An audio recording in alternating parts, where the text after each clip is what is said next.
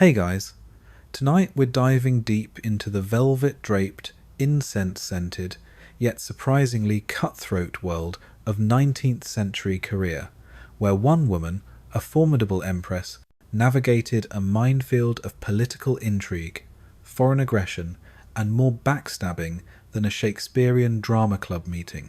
You'll find yourself wandering through ancient palace halls, catching glimpses of silk robes, whispered conspiracies, and the faint rustle of a fan, which, honestly, might just be the most exciting thing you encounter tonight. Because, let's be real, you probably won't survive this deep dive into the very particular slow burn tension of Joseon Dynasty politics without drifting off. So, before you get comfortable, take a moment to like the video and subscribe, but only if you genuinely enjoy what I do here. Tell me, where are you listening from tonight, and what time is it for you? Now, dim the lights, maybe turn on a fan for that soft background hum, and let's ease into tonight's journey together. You're standing on the cusp of the mid-19th century, in a Korea that's still very much a hermit kingdom, largely untouched by the industrial revolutions churning across the globe. Our story begins not with a fanfare, but with the quiet birth of a girl in 1851, in a modest, yet still aristocratic household. Her name was Min Jae-young, and her family, the Yoheung Min clan, was a powerful lineage, no doubt, but not the ruling one. Think of it like this. If the royal family were the main course, the Min clan was a very fancy, well-regarded side dish, always at the table, but rarely the star. You can almost feel the dampness in the air, the scent of wood smoke, as you imagine this quiet beginning. She was born into a society where one's destiny was often carved in stone at birth. For a girl, especially one of aristocratic descent, that destiny usually involved marriage, ideally to someone who would elevate the family's standing or maintain it. But Min Jae-young's path, as you'll soon discover, took a sharp, unexpected turn towards the very pinnacle of power.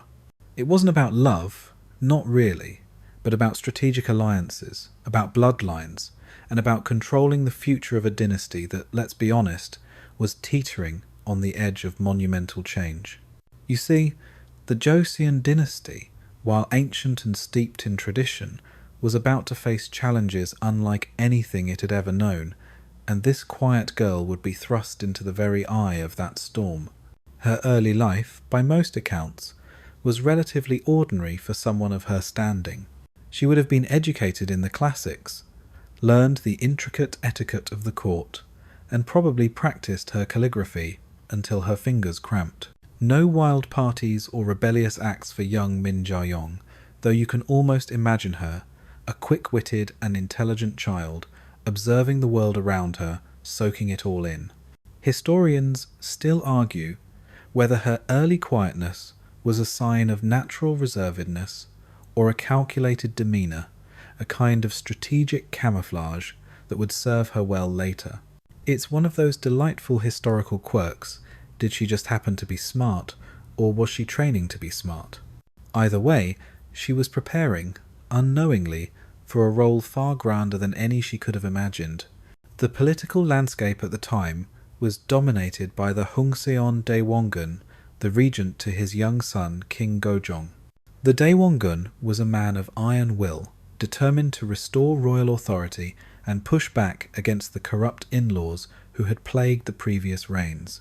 His policies were firmly isolationist, aiming to keep Korea pure and untouched by the chaotic winds of the outside world.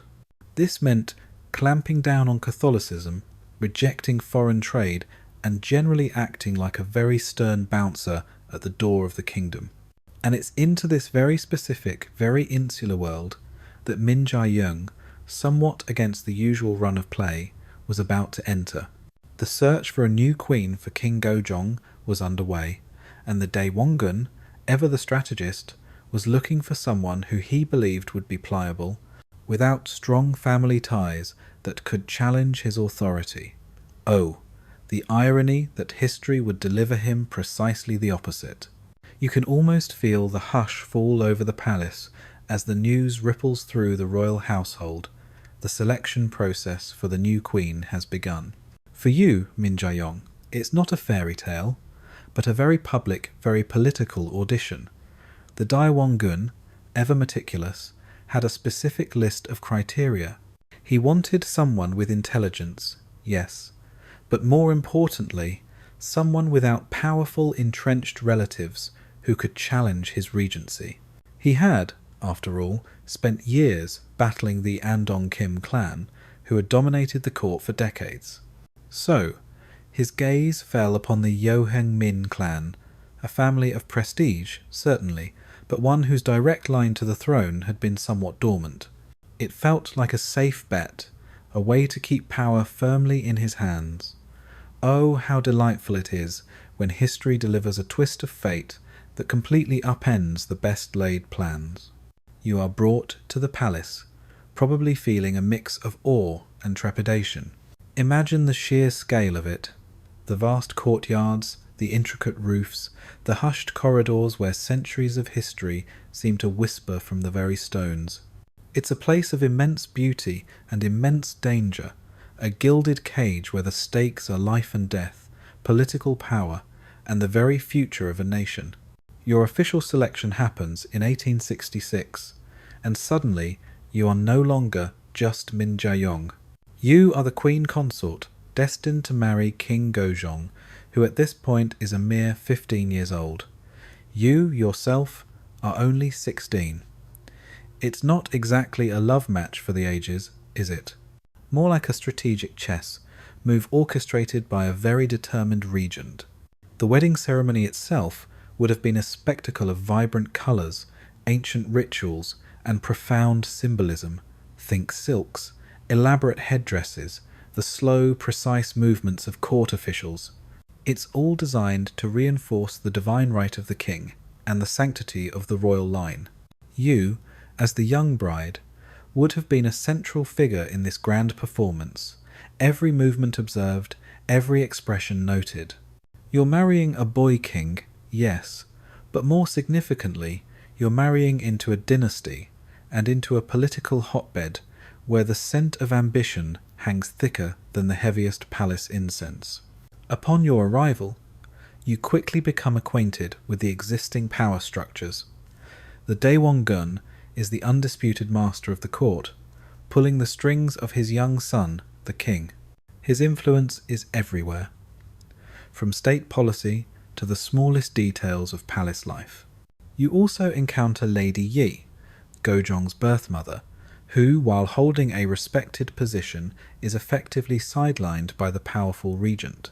Historians still argue whether the Daewon-gun underestimated Min Jae-yong's intellect from the start, viewing her merely as a docile instrument, or if he simply believed his control was absolute. Either way, it was a miscalculation that would profoundly shape the coming decades. Your new life is one of intense scrutiny. Every action, every word, every gesture is part of a complex dance.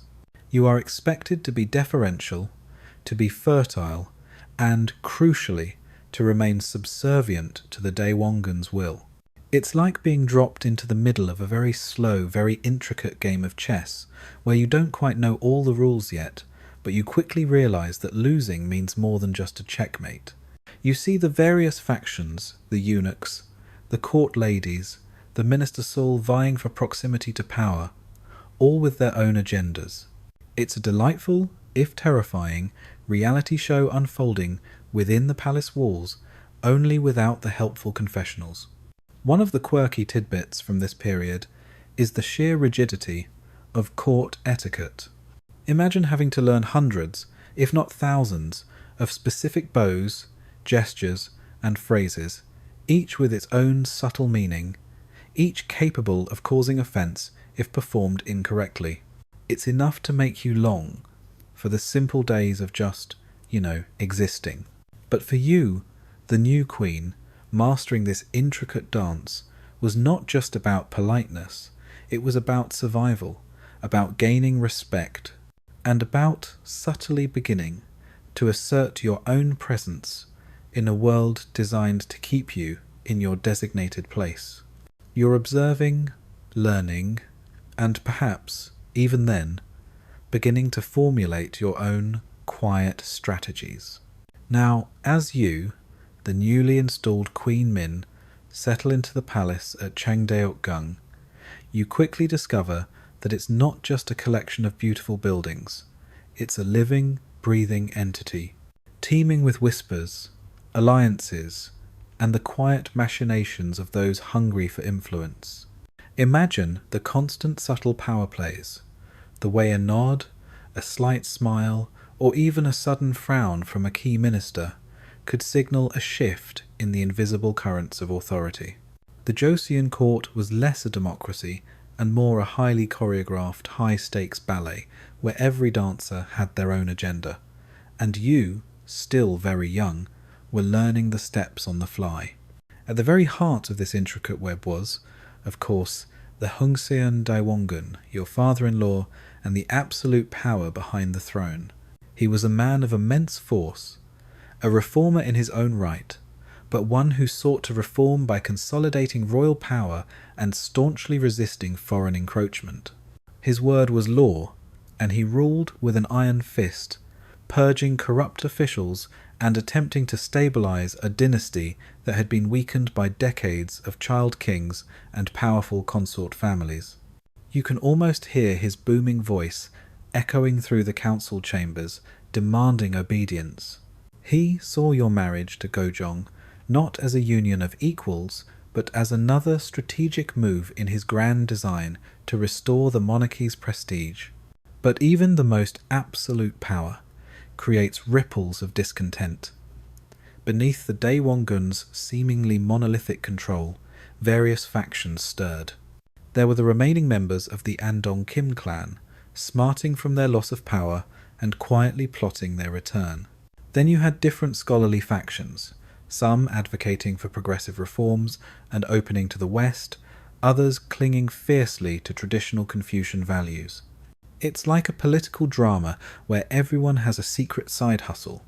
Historians still argue whether the various factions truly believed in their stated ideologies or if it was simply a convenient cloak for personal ambition. Probably a bit of both, knowing human nature. You, the young queen, were initially seen as a pawn in this grand game. The Daewongun had chosen you precisely because your immediate family wasn't politically dominant, believing you would be easily controlled. Oh, the sweet, sweet irony of underestimating a quiet person. You were observant, intelligent, and, as time would tell, possessed a steely will that few anticipated. You weren't a wallflower, even if you sometimes appeared to be one. You were absorbing everything. Who whispered to whom, which officials were loyal, where the fault lines lay in the Daewongun's seemingly impenetrable armour. Consider a small, quirky detail of palace life, the constant presence of eunuchs. These were not just servants. They often held significant influence, acting as messengers, confidant, and even political agents for the various factions. They knew all the palace secrets, heard all the whispers. It's like having a team of highly informed, perpetually silent spies moving through the halls. Imagine trying to have a private conversation when you know there are ears everywhere, and not just the metaphorical kind. This created an environment of extreme caution and subtle communication, where a shared glance could mean more than 100 spoken words.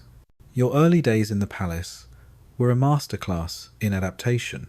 You had to learn not just the strict etiquette, but also the unwritten rules, the unspoken alliances, and the hidden dangers. You saw how power was wielded, how influence was gained, and how quickly it could be lost. You weren't just observing from a distance, you were living it every single day. This immersion in the raw realities of Joseon court politics was, in a way, your true education, preparing you for the immense challenges that lay ahead. You were slowly, almost imperceptibly, shedding the skin of a docile consort and beginning to emerge as a figure of considerable strategic depth. The seeds of future defiance were being sown, quietly, in the opulent silence of the royal chambers. As you settled into your role, you couldn't help but notice the palpable tension between yourself and the Hungseon Daewongun. He was, to put it mildly, a controlling figure. His worldview was one of absolute authority and staunch isolationism, a fortress built against the encroaching tide of foreign influence. He had, after all, spent years dismantling the power of the Andong Kim clan, who had dominated court politics for generations, and he wasn't about to let another powerful family, even his son's new in-laws, rise to challenge him. You can almost feel the weight of his gaze, assessing, dissecting, always looking for signs of potential defiance. The Daewongun's grip extended to almost every aspect of royal life, even to the young King Gojong. Gojong was still just a boy when you married him, and his father continued to treat him as such, limiting his direct involvement in governance. This meant that any influence you wished to exert had to be subtle, indirect, a quiet undermining rather than an overt challenge. Imagine trying to steer a massive ship when the captain insists on charting every course himself, and you're merely a passenger with a very strong opinion about where you should be going. Your initial resistance wasn't a sudden, dramatic outburst, but a slow, almost imperceptible flexing of your own will. It began with small things, subtly offering different perspectives to Gojong, gently questioning the Daewongun's more rigid decrees, or fostering quiet alliances with those who felt marginalized by his overwhelming power. It was like a delicate dance, where one wrong step could lead to immediate reprimand, or worse, political isolation. Historians still argue whether Myeongseong had a clear, overarching strategy from the beginning, or if her resistance evolved organically as she gained confidence and understood the dynamics of the court better. It's truly a chicken or egg scenario for the history buffs.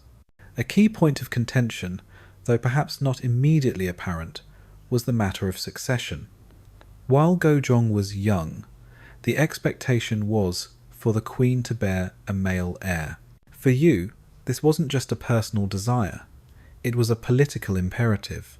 A son would solidify your position, give you immense leverage, and potentially create a future independent of the Daewongun's direct control. This adds a layer of quiet, desperate hope to your daily life in the palace, a pressure you carry with every passing season. The Daewongun, for all his sternness, wasn't entirely immune to the subtle shifts in the palace. He would have noticed your growing influence over Gojong, however minor it seemed. He might have seen the quiet respect you garnered from certain court officials who had chafed under his absolute rule. He probably dismissed it, at first, as youthful exuberance or a passing phase. He certainly underestimated your intellect and your capacity for strategic thinking. It's a common mistake, isn't it, to assume quietness equates to weakness. One of the quirky tidbits from this period involves the palace's internal economy. Beyond the grand pronouncements of state, there was a complex system of patronage, gifts, and unofficial payments that lubricated the wheels of power. Courtiers would give gifts to secure favours, and the royal family, including you, would distribute largesse to secure loyalty. It was a shadowy world full of backroom deals and subtle bribery, making even simple transactions feel like a clandestine operation. You, as the queen, would have to navigate this, understanding who was beholden to whom and how these informal networks could be leveraged. It's a bit like trying to figure out which faction controls the best snacks in the breakroom vital intelligence, really. Your actions during this period, while not yet openly defiant, were laying the groundwork. You were building your own network of allies, subtly influencing your husband, and gaining a deeper understanding of the levers of power within the palace. You were transforming from a chosen consort into a potential player, a quiet force gathering strength, preparing for the day when the full weight of the Daewongun's authority might finally be challenged. The air in the palace, for you, feels thick with unspoken tensions. You're not yet openly defying the Hongxian Daewongun, but your quiet presence is starting to become less of a convenience and more of a subtle challenge. You find yourself carefully observing, listening, and absorbing the complex dynamics of the court. Every day is a lesson in power, influence, and the art of political maneuvering. You are, in essence, taking a masterclass in subtle rebellion. Your most immediate and crucial move is to cultivate your relationship with King Gojong. Remember, he's still young, impressionable, and largely under his father's thumb. You spend time with him, discuss matters of state, and gently, ever so gently, begin to offer perspectives that differ from the Daewongun's rigid orthodoxy. It's not about direct contradiction, but about presenting alternatives, planting seeds of independent thought. You're trying to shift his reliance from his father to you, a gradual, almost imperceptible transfer of loyalty. It's like teaching a young bird to leave the nest. Only the nest is made of solid gold and guarded by a very formidable old eagle. While the Daewongun is focused on solidifying his power and enforcing his isolationist policies, you are quietly building your own network. You begin to identify officials who are weary of the regent's authoritarian rule, those who perhaps secretly yearn for a more open, forward-looking career. These are the members of your own Min clan who start to re-emerge into prominence, as well as scholars and courtiers who see potential in the young queen. You invite them for quiet discussions, offer subtle patronage, and listen to their grievances. This isn't about grand declarations, it's about whispered conversations in secluded pavilions, about letters passed discreetly, about the slow, steady accumulation of allies. One mainstream historical fact to note here is the Daewongun's unwavering isolationist policy. He firmly believed that contact with Western powers and Japan would corrupt Korean society and undermine its traditional values. He launched harsh persecutions against Catholics and expelled foreign missionaries, famously declaring Western barbarians must be kept out at all costs. This rigid stance, while intended to protect Korea, inadvertently stifled any potential for modernization or diplomatic engagement, and it set the stage for future confrontations. You, however, are beginning to see the cracks in this isolationist fortress. A quirky tidbit from this period revolves around palace architecture and design. The Joseon palaces, while grand, were also designed with numerous hidden passages, screened walkways, and secluded gardens. These weren't just for beauty, they facilitated discreet meetings, allowed for surveillance, and provided avenues for quick, secret movements. Imagine the palace as a giant, living puzzle box, where every wall and every garden might hold a secret. You, as the queen, would learn to navigate these spaces not just physically, but strategically, knowing where to be seen and where to disappear for crucial private conversations. It adds a whole new layer to the term palace intrigue, doesn't it? Historians still argue whether Myeongseong's actions at this stage were purely self-interested, aimed at personal power, or if she genuinely had a nascent vision for Korea's future beyond the Daewongun strictures. Perhaps it was a mixture of both the immediate need to establish her own influence, coinciding with an emerging awareness of Korea's vulnerable position in a rapidly changing world. It's a question that keeps academics up at night, probably with a good cup of tea. Your initial maneuvers are subtle, almost invisible to the casual observer. You are like a master chess player making quiet opening moves, positioning your pieces for a long game. The Daewongun, for all his shrewdness, is still operating under the assumption that he has all the pieces under his control. He hasn't yet realized that one of his supposedly docile pawns is quietly transforming into a queen, ready to challenge his absolute authority. The stage is being set for a monumental clash, though for now the sounds you hear are only the rustling of silk and the soft murmur of calculated whispers. You are keenly aware that the Myeongseong Daewongun's grip on power isn't just about his personality. It's deeply rooted in his policies and his vision for Joseon Korea.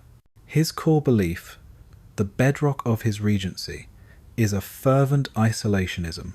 He sees foreign influence, particularly from Western powers and Japan, as a corrosive force that threatens the very fabric of Korean society, its Confucian values, and the authority of the monarchy.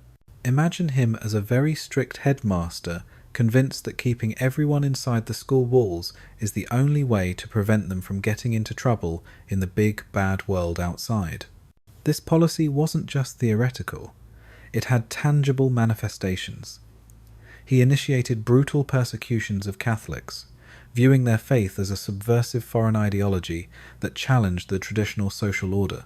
You'd hear the grim reports, the arrests, the executions, all carried out with the chilling efficiency of a state determined to root out what it perceived as a dangerous infection. This was a mainstream historical fact that shocked the few foreign observers who managed to glimpse into the Hermit Kingdom, hardening their perception of Korea as an archaic, xenophobic nation. The Daewongun also embarked on ambitious domestic reforms, though always with the aim of strengthening royal authority and restoring a sense of national pride. He tried to curb the power of the Yangban, the aristocratic class, by reforming the tax system and dismantling corrupt private academies, Seowon, that had become hotbeds of factionalism. He even undertook the monumental task of rebuilding Gyeongbokgung Palace, which had been in ruins for centuries. This was a massive undertaking, demanding immense resources and labour, and it further solidified his image as a strong, decisive leader. While you might appreciate the ambition, you can't help but notice the heavy burden this places on the common people. One quirky tidbit about the rebuilding of Gyeongbokgung is that it was partly funded by a special tax called the Wondaeon, which was essentially a form of forced donation from every household, and by the minting of debased currency, which naturally led to inflation. It was a bit like paying for a massive house renovation by asking all your neighbours for spare change, and then printing your own monopoly money. You can imagine the murmurs of discontent among the populace, a low hum of frustration that even the most powerful regent couldn't entirely silence. Despite these efforts, the Daewongun's isolationism was becoming increasingly untenable in a world where imperial powers were actively seeking new markets and resources. Japan, newly modernized after the Meiji Restoration, was particularly keen to assert its influence on the Korean peninsula, viewing it as a vital strategic interest. You, living within the palace walls, would likely start to receive hushed reports of foreign ships sighted off the coast, of demands for trade, of the growing pressure that even the Daewongun's formidable will couldn't entirely repel. Historians still argue whether the Daewongun's isolationist policies were a necessary evil to preserve Korean independence in the short term, or if they ultimately weakened the nation by preventing it from modernizing and preparing for inevitable foreign encounters. Was he a patriot trying to protect his culture, or a stubborn traditionalist blinding Korea to global realities? It's a debate that echoes through the corridors of time. You are watching this unfolding drama from within, keenly observing the effects of his policies. While the Daewongun sees them as strengthening the nation, you begin to perceive the internal strains they cause, the resentment of the Yangban, the burden on the commoners, and the increasing vulnerability to external pressure. You are learning that absolute power, when wielded with such inflexibility, often creates its own opposition, and you, quietly, are starting to embody that opposition even if it's just in the subtle ways you begin to encourage King Gojong to question the established order. Even as the Daewongun's formidable shadow looms large over the court, you begin to perceive the first cautious steps towards modernization taking shape, albeit slowly and often reluctantly. It's like watching a giant ancient ship try to turn in a small harbour. It's ponderous, difficult, and generates a lot of creaks and groans. While the official policy remains isolationist, the sheer weight of external pressures and the occasional brave voice within the court start to chip away at the rigid facade. You, as queen, would begin to see subtle shifts in the flow of information. Despite the Daewongun's efforts to seal off the kingdom, news of the outside world, however filtered, still trickled in. Reports of Japan's rapid modernization after the Meiji Restoration in 1868 would be particularly jarring. Imagine hearing about a neighbouring country, once seen as an inferior tributary, suddenly embracing Western technology, developing a modern army, and sending envoys abroad. It's like discovering your quiet, unassuming next-door neighbour suddenly has a rocket ship in their backyard. This undeniable progress in Japan became a silent counter-argument to the Daewongun's policy of clinging to the past. These early moves towards modernization weren't grand, sweeping reforms initiated by the Daewongun himself. Instead, they were often small experimental ventures, often pushed by officials who had some exposure to foreign ideas or who understood the strategic imperative of change. You might hear whispers of limited attempts to acquire Western firearms, or the tentative discussions about sending small observation missions to Japan or China to see their responses to Western encroachment.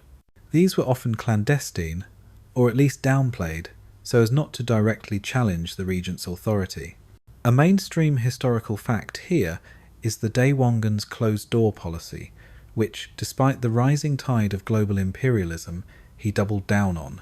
He saw the Western powers, and increasingly Japan, as threats to Joseon's sovereignty and cultural integrity.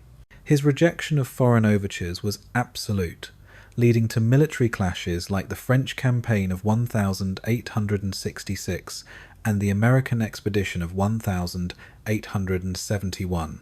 Both were met with fierce Korean resistance, reinforcing the Daewongun's belief that his policy was correct and successful. For you, the Queen, these events might have felt like moments of perilous triumph, but also a growing awareness of Korea's vulnerability. One quirky tidbit from this era is the Korean response to Western cartography. When presented with detailed maps of the world, Korean scholars and officials were often fascinated, but also deeply disturbed by the idea of a spherical Earth and the relative insignificance of China, which had for centuries been considered the centre of the civilized world. It was a cognitive dissonance of epic proportions, like finding out your entire world map was drawn by a toddler. This intellectual shock was a quiet, powerful force eroding the traditional worldview and opening minds, however reluctantly, to new realities. Historians still argue whether these early, fragmented attempts at modernization were genuinely driven by a strategic vision for Korea's future, or if they were merely reactive measures, desperately trying to catch up in a world that was leaving Joseon behind. Was there a grand plan, or just a series of frantic, isolated attempts to keep pace? The truth, as often is the case, probably lies somewhere in the middle. You, observing all this from your position within the palace, are slowly piecing together a broader picture. You see that while the Daewongun clings to the past, the forces of change are relentless. You are beginning to understand that Korea cannot remain a hermit forever, and that resisting modernization completely might be more dangerous than embracing it, albeit cautiously. Your gentle influence on Gojong would begin to nudge him towards this understanding as well, slowly preparing him for the day when he might finally step out from his father's imposing shadow and make his own decisions about the direction of the kingdom. The seeds of a different future are being sown, quietly amidst the echoes of old traditions. The whispers that ripple through the palace, for you, are no longer just about politics and foreign incursions. They now carry the sweet, anticipated news of your pregnancy. This isn't just a personal joy, it's a monumental political event.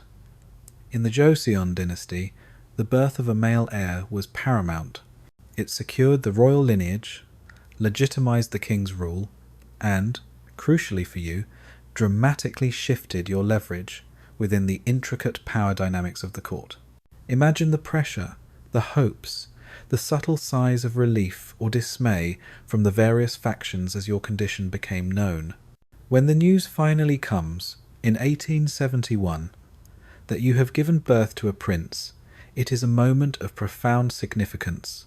This child, named Yi Chuok, would later become Emperor Sunjong. His arrival immediately solidifies your position as queen.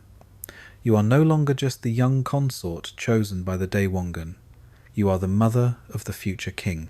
This instantly elevates your status, making it far more difficult for anyone, even your formidable father-in-law, to sideline or dismiss you.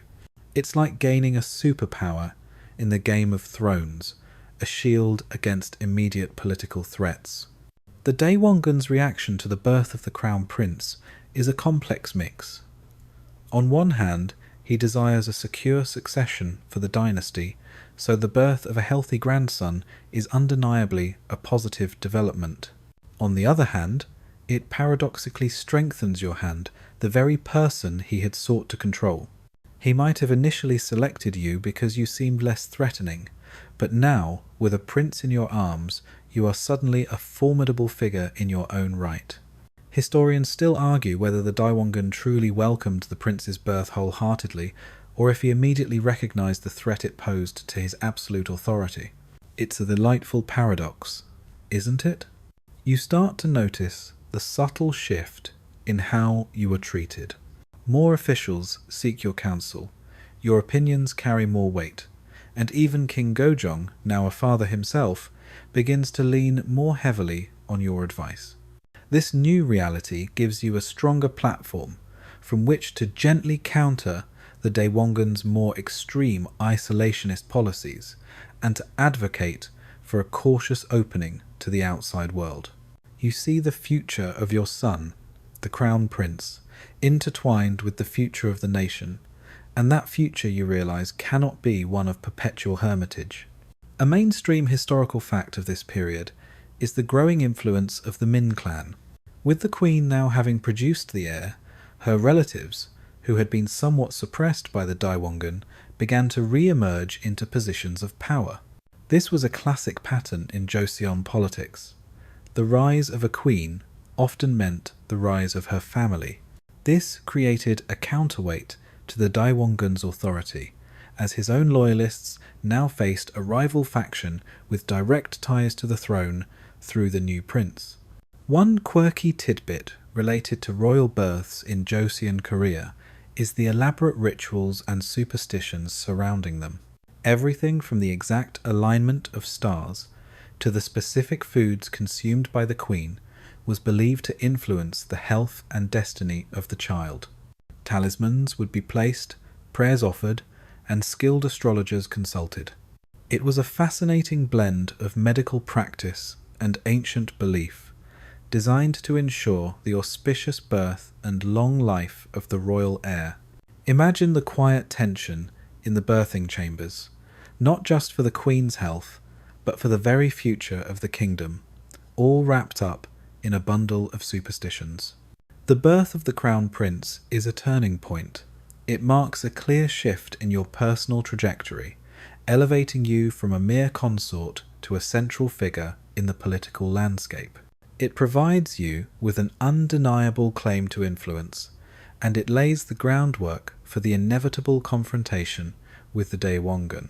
The quiet maneuvering you've been doing now has a powerful, tangible justification. The future of the dynasty rests with your son, and by extension with you. The chessboard has been reset, and you've just gained a very powerful new piece. With the birth of the crown prince, the simmering tensions between you, Queen Min, and the Joseon Dynasty begin to truly boil over.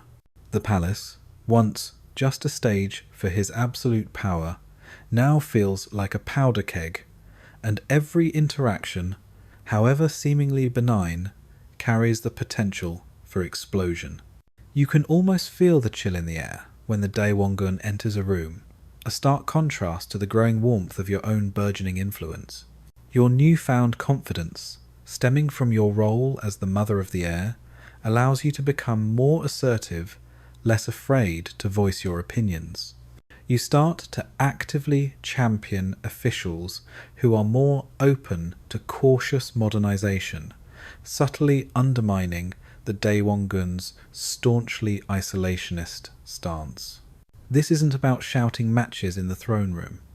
It's about discreetly supporting your allies, ensuring they receive key appointments, and gently advising King Gojong to listen to their counsel. It's like orchestrating a very slow, very polite coup, one tea ceremony at a time. The Daewongun, for his part, is not blind to these shifts. He sees your growing influence over Gojong, whom he still views as his own boy, not a burgeoning king. He perceives the re-emergence of the Min clan as a direct threat to the power he so painstakingly consolidated. He had chosen you precisely to avoid this kind of familial resurgence, and now it's happening right under his nose. His frustration would be immense, turning his once paternalistic attitude towards you into one of growing suspicion and resentment. He's starting to realize his docile queen is anything but. One mainstream historical fact that highlights this escalating rivalry is the Daewongun's attempts to undermine your position after the birth of the Crown Prince. He famously tried to replace the Crown Prince with another infant, a son born to a concubine, citing an auspicious physiognomy or some similar convenient justification. This was a direct assault on your legitimacy and your power, a clear signal that he viewed you as a formidable threat. You can imagine the fury and fear you must have felt, realizing the lengths he would go to maintain control. This period sees the Min clan coalesce around you as a powerful counterforce to the Daewongun's faction. Your relatives, who had been pushed aside during his regency, now saw an opportunity to regain their lost influence. They became your eyes and ears within the court, your loyal supporters in the escalating power struggle. It's like gathering your own political party within the confines of the palace, each member dedicated to your cause. A quirky tidbit from this era: the use of divination and geomancy in court politics was pervasive. Before making major decisions, or even simple ones, officials and royals would consult shamans or geomancers to ascertain auspicious dates, favourable locations, or to predict the outcome of a political manoeuvre. Imagine trying to make a critical strategic decision, only to have to wait for someone to interpret the flight of a bird or the patterns on a turtle shell. This adds an almost mystical layer to the real politic, where superstition and hard strategy often intertwined. Historians still argue whether these practices were genuinely believed by everyone, or if they were often employed as convenient excuses to justify predetermined political actions. Probably a bit of both, giving a delightful veneer of destiny to raw ambition. The rivalry intensifies with each passing day.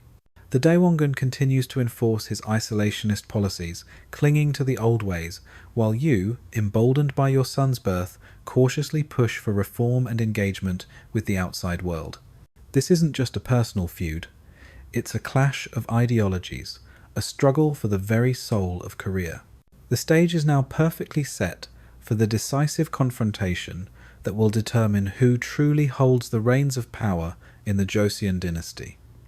The tension in the air is palpable, a silent countdown to a political earthquake.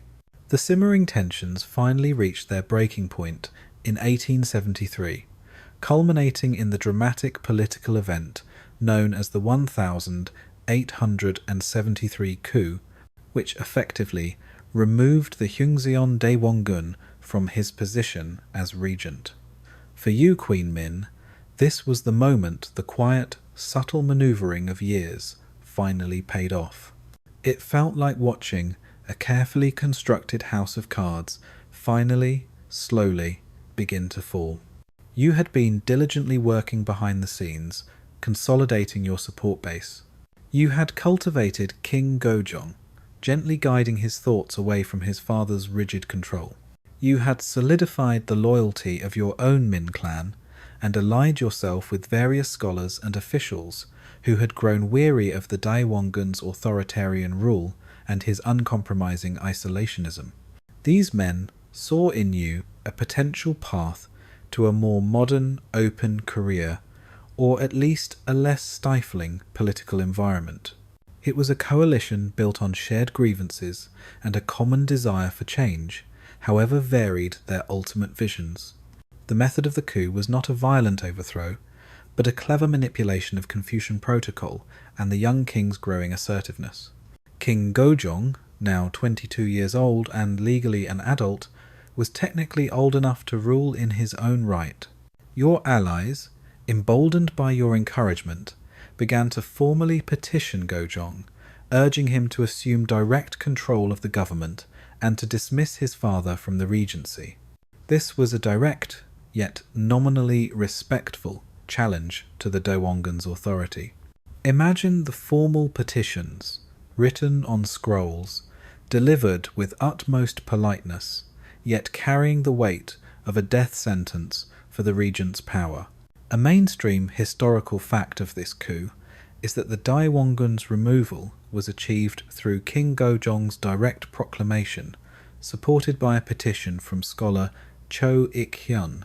This seemingly small act of Gojong, declaring his majority and assuming full power, was in effect a masterful political maneuver orchestrated by you and your allies.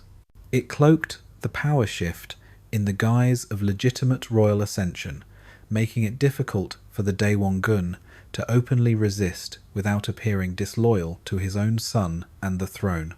The Daewongun, for all his shrewdness, was caught off guard by the unity and determination of this growing opposition. He had always seen himself as the indispensable patriarch, the ultimate authority. He probably underestimated your strategic depth, assuming your influence over Gojong was superficial. When Gojong formally announced his intention to rule independently, it was a profound blow to the Daewongun's ego and his political standing. He had no choice but to step down, albeit with a great deal of resentment. He withdrew from active politics to his private residence, but his presence would continue to loom large over the capital. One quirky tidbit related to the Daewongun's fall is the immediate shift in the daily routines and power dynamics within the palace. Suddenly, the officials who had been close to the Daewongun found themselves sidelined, while those who had supported you and Gojong gained favour. It's like a sudden change in leadership at the office, where everyone immediately tries to figure out who's in and who's out. Even the food served in the royal kitchens, or the types of entertainment provided, might have seen subtle shifts, reflecting the new preferences of the ruling faction. Historians still argue whether the Daewongun's isolationist stance was the primary cause of his downfall, or if his increasingly authoritarian methods and personal animosity were more significant factors. Was it ideology or personality? A question for a sleepy night, indeed. With the Daewongun out of the picture, at least for now, you breathe a quiet sigh of relief. The air in the palace feels lighter, freer. The path is now clear for you to step into a more direct, prominent role in shaping Korea's future.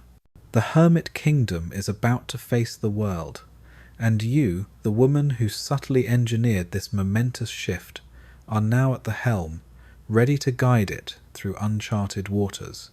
Your long game has just truly begun. With the Joseon Daewongun officially out of the regency, the palace air feels palpably different to you.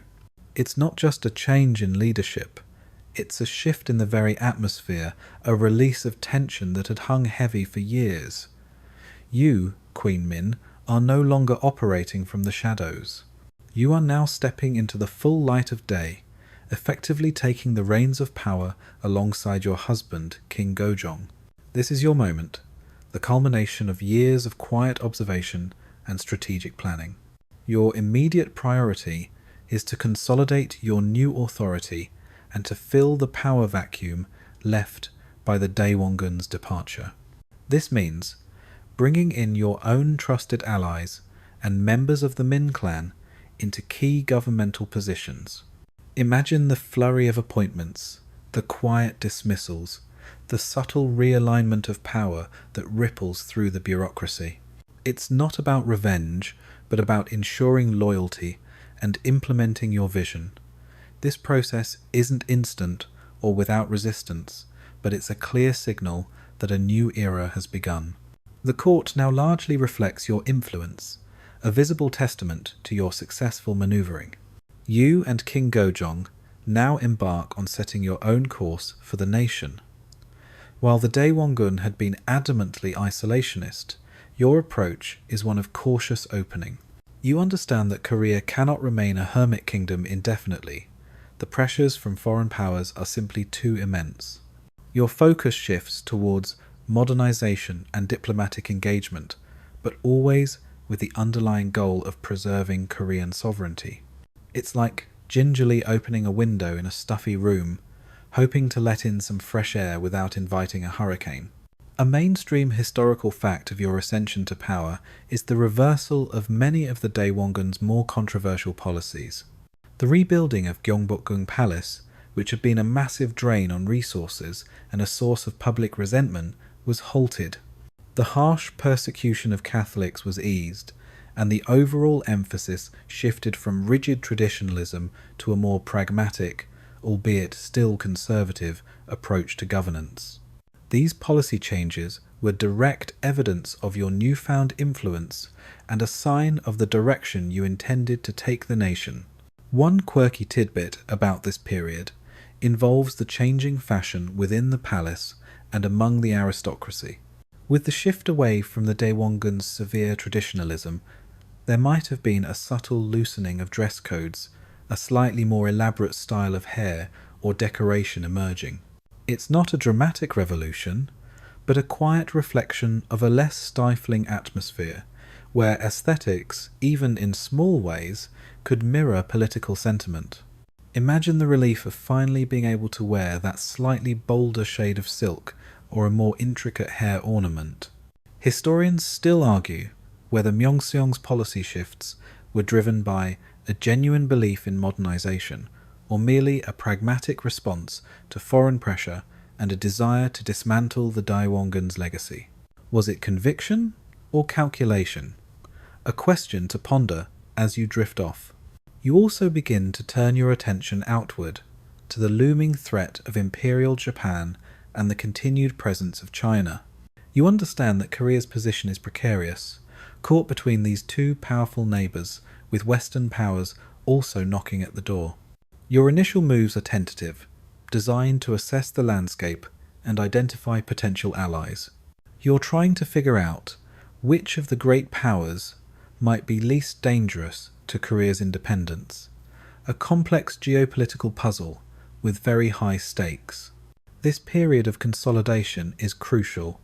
It's where you lay the foundation for all your future actions. You're learning to wield direct power, to manage the diverse interests of the court, and to navigate the treacherous waters of international relations. The Daewongun may be gone from the throne, but his shadow still lingers, and the world outside is far from stable. You are now at the helm, steering Korea into an uncertain but undeniably new future.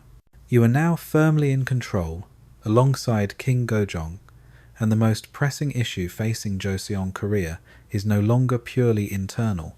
The outside world, long held at bay by the Joseon Daewongun's isolationist policies, is no longer knocking politely.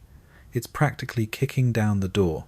And the loudest, most persistent knock is coming from Japan.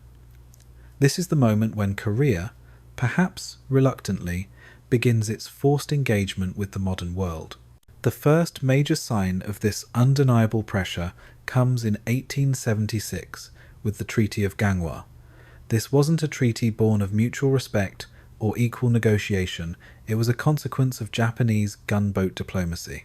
Imagine Japanese warships, bristling with modern cannons, appearing off the Korean coast, much like the American black ships had done in Japan just decades earlier. The message was clear: open up or face the consequences. For you, the Queen, and for Gojong, it was a bitter pill to swallow, a stark realization of Korea's military weakness compared to its rapidly modernizing neighbor. The terms of the Treaty of Gangwon were profoundly unequal, clearly favoring Japan. It declared Korea to be an independent state, which at first glance might sound good, but it was a thinly veiled attempt to detach Korea from its traditional tributary relationship with China, thereby making it easier for Japan to exert its own influence. It also opened 3 Korean ports to Japanese trade, allowed Japanese citizens extraterritoriality, meaning they were subject to Japanese, not Korean, law, and granted Japan the right to survey Korean coastal waters. It felt less like a treaty, and more like a series of demands, presented with the polite menace of a predator. This signing marks the official end of Korea's long-held isolation. For centuries, Joseon had maintained a strict, closed-door policy, interacting primarily with China under a tributary system. Now, that door had been forcibly opened. You understood that this treaty was merely the first crack in the wall, and that more foreign demands would inevitably follow. It's like finally letting one persistent solicitor into your home only to realize he's brought all his friends with him. A mainstream historical fact of the Treaty of Gangwon is that it was signed aboard a Japanese warship, further emphasizing the unequal power dynamic. The Japanese, having learned from their own forced opening by the West, were now applying the same tactics to Korea, demonstrating a cynical mastery of imperialistic diplomacy. This particular treaty is often cited as the beginning of Japan's aggressive expansion onto the Korean peninsula, setting the stage for decades of conflict. One quirky tidbit involves the initial Korean reaction to the Japanese delegation. Many Korean officials, still steeped in traditional hierarchical views, found it difficult to treat the Japanese envoys as equals, accustomed as they were to a system where China was supreme and Japan was a lesser state. There were often subtle, almost imperceptible slights in court etiquette and language, born not of malice, but of ingrained cultural superiority. Imagine trying to explain to someone who believes their country is the center of the universe that, actually, this other country now has better ships and guns. Historians still argue whether the Joseon court, particularly after the Daewongun's removal, could have adopted a more proactive and less reactive stance to foreign pressure, potentially mitigating the harshness of treaties like Gangwon. Was a better outcome possible, or was Korea's fate already sealed by the march of global imperialism? You realize that this treaty is not just about trade, it's about sovereignty. It's about maintaining Korea's independence in a world where powerful nations are carving up weaker ones. Your task now becomes incredibly complex: how to navigate these treacherous international waters, how to modernize selectively, and how to balance the competing interests of China, Japan, and the emerging Western powers, all while trying to preserve what little independence Korea has left. The days of quiet palace intrigue are over. The world has come knocking, and it expects an answer. The ink is barely dry on the Treaty of Gangwon, and you, Queen Min, can already feel the relentless tightening of the noose. The opening of Korea isn't a gentle breeze. It's a rapidly escalating storm of foreign pressures converging on the peninsula. You are now thrust onto a global stage, trying to maneuver a vulnerable kingdom caught between colossal, hungry powers. It feels like being in the middle of a tug-of-war, with each side pulling harder and Korea as the rope. Japan, newly modernized and emboldened by its victory in securing the treaty, is quickly moving to capitalize on its newfound influence. They are not merely interested in trade. Their ambitions run much deeper, aiming for economic and political dominance over Korea. You see their merchants arriving, their officials setting up legations, and their veiled political maneuvers aimed at loosening Korea's ties to China. It's a calculated, patient strategy, one that you are keenly observing, recognizing the insidious threat it poses to your nation's independence. Meanwhile, China, Korea's traditional suzerain, is still very much a presence. While weakened by its own confrontations with Western powers, Beijing views Korea as a vital buffer state and a long-standing tributary. They are wary of Japan's rising power and their encroachment into what China considers its sphere of influence. You find yourself in the unenviable position of trying to balance China's protective, yet often patronizing, oversight with Japan's aggressive, modernizing push. It's like having two very large, very opinionated parents arguing over your future, neither of whom truly has your best interests at heart, or at least not in the way you would define them. Then there are the Western powers, the United States, Great Britain, Russia, France, and Germany. They are all eyeing Korea with varying degrees of interest, primarily driven by trade opportunities, strategic naval bases, or missionary zeal. While they haven't yet applied the same direct pressure as Japan, their presence looms large. You hear reports of their ships in regional waters, their diplomatic overtures, and their general air of superiority. They represent a different kind of threat, one that brings advanced technology and a profound cultural chasm. A mainstream historical fact from this period is the increasing frequency of diplomatic missions and negotiations with Western powers. Following the Treaty of Ganghwa, Korea was compelled to open further, signing similar unequal treaties with the United States in 1882, Great Britain and Germany in 1883, and Russia and France in 1884 and 1886, respectively. Each treaty further eroded Korea's sovereignty, granting foreign powers more concessions and privileges within the kingdom. You are signing away pieces of your nation, not out of choice, but out of necessity. One quirky tidbit about these early interactions: the profound cultural misunderstandings that often characterized diplomatic encounters. Imagine Korean officials, steeped in centuries of Confucian protocol, trying to negotiate with Western diplomats who valued directness and legalistic contracts above all else. There were often comical, in retrospect, misinterpretations of gestures, expressions, and even the simple act of gift-giving, leading to frustration on both sides. It's a bit like trying to play charades with someone who speaks a completely different language. You both mean well, but the message just isn't getting through.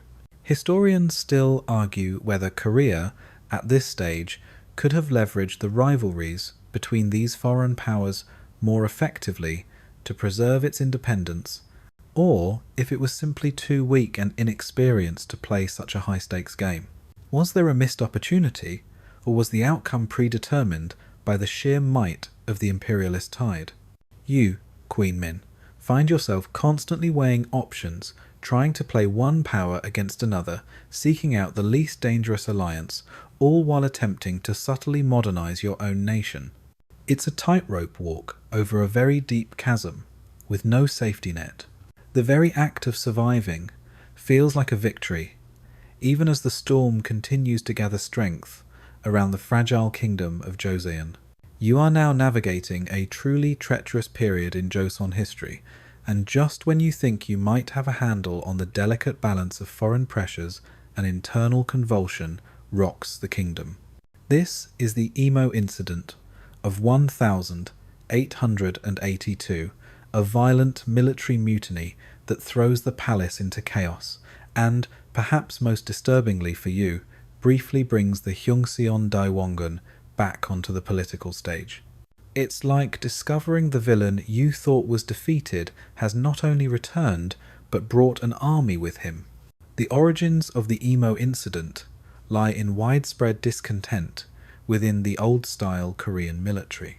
Many soldiers felt neglected and unfairly treated compared to the newly formed Western-trained Special Forces unit.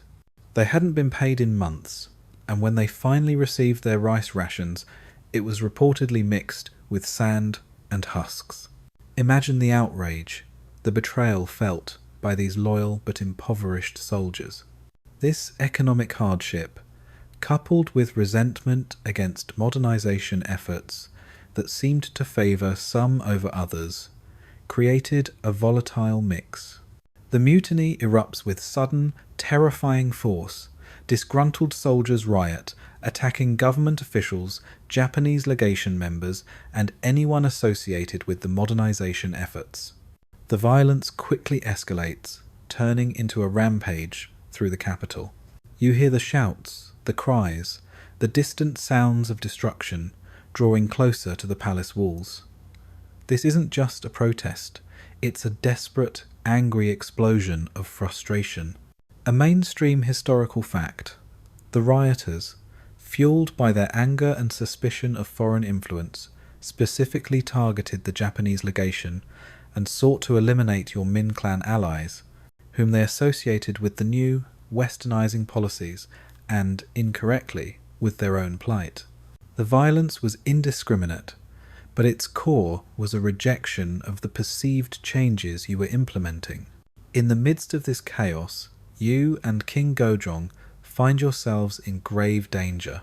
The rioters break into the palace, their anger directed at you, the perceived architect of the new ways and the power behind the throne. You are forced to flee for your life, escaping the palace amidst the pandemonium. It's a terrifying, desperate dash for survival, leaving behind the gilded comfort of your royal chambers for the uncertain safety of hiding. Historians still argue whether your escape was meticulously planned or a desperate, last-minute flight. Either way, it underscores the extreme peril you faced. And then, the twist you least expected, and most feared. The mutineers, seeking a strong traditional leader, turned to the Joseon Dynasty. Your father-in-law, who had been sidelined for nearly a decade, seized the opportunity. He emerged from his retirement, appearing to quell the unrest, and, in doing so, effectively re-established himself as the de facto ruler. For a brief, terrifying period, he was back in power, undoing many of your policies and even publicly announcing your death, a chilling act of political vengeance. It's like watching a zombie movie where the monster you thought you killed comes back, hungrier than ever. One quirky tidbit. During your desperate flight from the palace, it is said you dressed as a court lady to avoid detection, highlighting the immediate and personal danger you were in. The sheer indignity and terror of fleeing your own home disguised adds a raw human element to the high-stakes political drama. Imagine the fear, the dust, the sounds of shouting growing closer. The emo incident is a stark reminder of the fragility of your power and the deep-seated resistance to change within Korean society. It also serves as a crucial turning point, as it immediately invited further foreign intervention.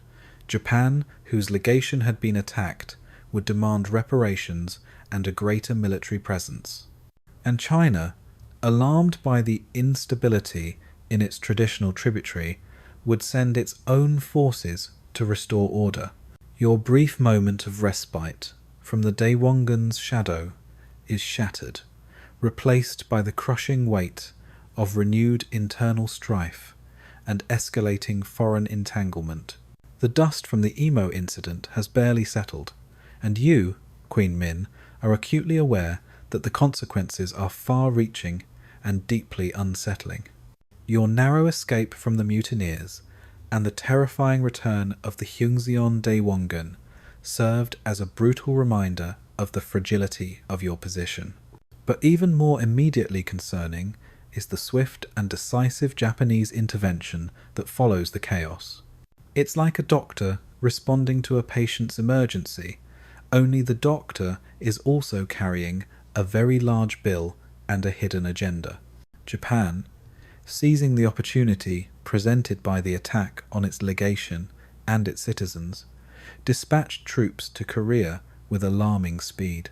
This was not merely about securing reparations, it was a calculated move to deepen its foothold on the Korean peninsula and to further undermine Chinese influence. You can almost feel the collective dread in the court as Japanese soldiers, disciplined and modern, marched through the streets of Seoul. This was a stark contrast to the less organized Korean military you had just witnessed in disarray. The Japanese quickly negotiated the Treaty of Jemolpo, also known as the Chemulpo Treaty, with the Korean government. This treaty was another unequal one, forcing Korea to pay a hefty indemnity, allow a permanent Japanese legation guard in Seoul, and apologize for the attack on Japanese citizens. It also reaffirmed the clauses of the Treaty of Gangwon. For you, it was a bitter pill. The very instability that nearly cost you your life was now being used as justification for Japan to tighten its grip. It's like being charged for the damage done to your own home by a fire you didn't start. A mainstream historical fact of this period is that the Imo incident and the subsequent Japanese intervention directly led to a significant increase in Japanese military and diplomatic presence in Korea. This was a crucial step in Japan's long-term plan for dominating the peninsula, moving from economic influence to overt political and military leverage. The incident provided them with the perfect pretext to deploy troops and exert pressure, effectively diminishing Korean sovereignty even further. Crucially, the Daewongun's brief return to power was swiftly curtailed by the arrival of Chinese forces. China, as Korea's traditional suzerain, was equally alarmed by the instability, and especially by Japan's aggressive intervention. They sent troops, arrested the Daewongun, claiming he had instigated the rebellion, or at least failed to control it, and took him to Tianjin, China, effectively removing him from the political chessboard once again. This might have brought you a moment of relief, seeing your formidable father-in-law shipped off, but it also underscored Korea's precarious position as a pawn in a larger game between China and Japan. One quirky tidbit from the immediate aftermath of the Imo incident is the widespread fear and suspicion of foreign clothing and customs among the general populace. Many Koreans, associating the modernizing forces with the cause of the rebellion and foreign encroachment, reacted with hostility to anything perceived as Western or Japanese. It was a form of cultural backlash, where traditional garments became a symbol of national identity against external pressures. Imagine fearing someone simply because they're wearing something different, an unconscious fear of the new and unknown. Historians still argue whether Japan's intervention was genuinely aimed at protecting its citizens, or if it was a premeditated exploitation of Korean internal strife to advance its imperialistic agenda. Was it a rescue mission, or a calculated land grab? You are back in the palace, relatively safe, but the lessons of the Imo incident are stark. Your power is fragile, internal discontent is a constant threat, and the major powers are circling, ready to exploit any weakness. Japan's presence is now undeniable, a constant reminder of the shrinking space for Korea's independent action. You know that you must now navigate an even more complex web of alliances and threats, with the memory of your near-death experience still fresh in your mind. The echoes of the Imo incident are still reverberating through the palace, and the increased Japanese presence is a constant, unsettling reminder of Korea's diminished autonomy. But as you, Queen Min, try to restore order and reassert your authority, another, even more radical attempt at change is brewing. This is the Gapsin coup of 1884, a swift, bloody, and ultimately failed attempt by a radical pro-Japanese faction to completely overhaul the Korean government. It's like trying to fix a leaky roof, only for someone to decide the best solution is to blow up the entire house. This coup was spearheaded by a group of young, reform-minded officials known as the Gaewapa, or Enlightenment Party. These individuals, who had often studied in Japan or had significant exposure to Japanese modernization efforts, believed that Korea's only hope for survival was a rapid, sweeping adoption of Western-style reforms similar to Japan's Meiji Restoration. They were deeply frustrated with the slow pace of change under your administration, and believed that the existing conservative elements, particularly your Min clan, were holding Korea back. They saw Japan not as a threat, but as a model and a potential saviour. On the 4th of December, 1884, the Gaewapa launched their coup, taking advantage of a banquet held at the newly established post office. They quickly seized key government buildings and assassinated several conservative ministers, most of whom were your trusted Min clan allies. The suddenness and violence of the coup were shocking. You can imagine the terror in the palace as reports of the assassinations and the seizure of power filtered in. This wasn't a mutiny of disgruntled soldiers. This was a targeted ideological strike. A mainstream historical fact of the Gapsin coup is the direct involvement of Japanese legation forces. The Gaewapa conspirators had secured promises of military support from the Japanese minister in Seoul, counting on Japan to back their new pro-Japanese government. This clear alignment with Japanese interests further inflamed anti-Japanese sentiment among the more traditional Korean factions and the general populace. It was a risky gamble, and one that would quickly backfire. You and King Gojong were once again caught in the middle, hostages to the radical reformers.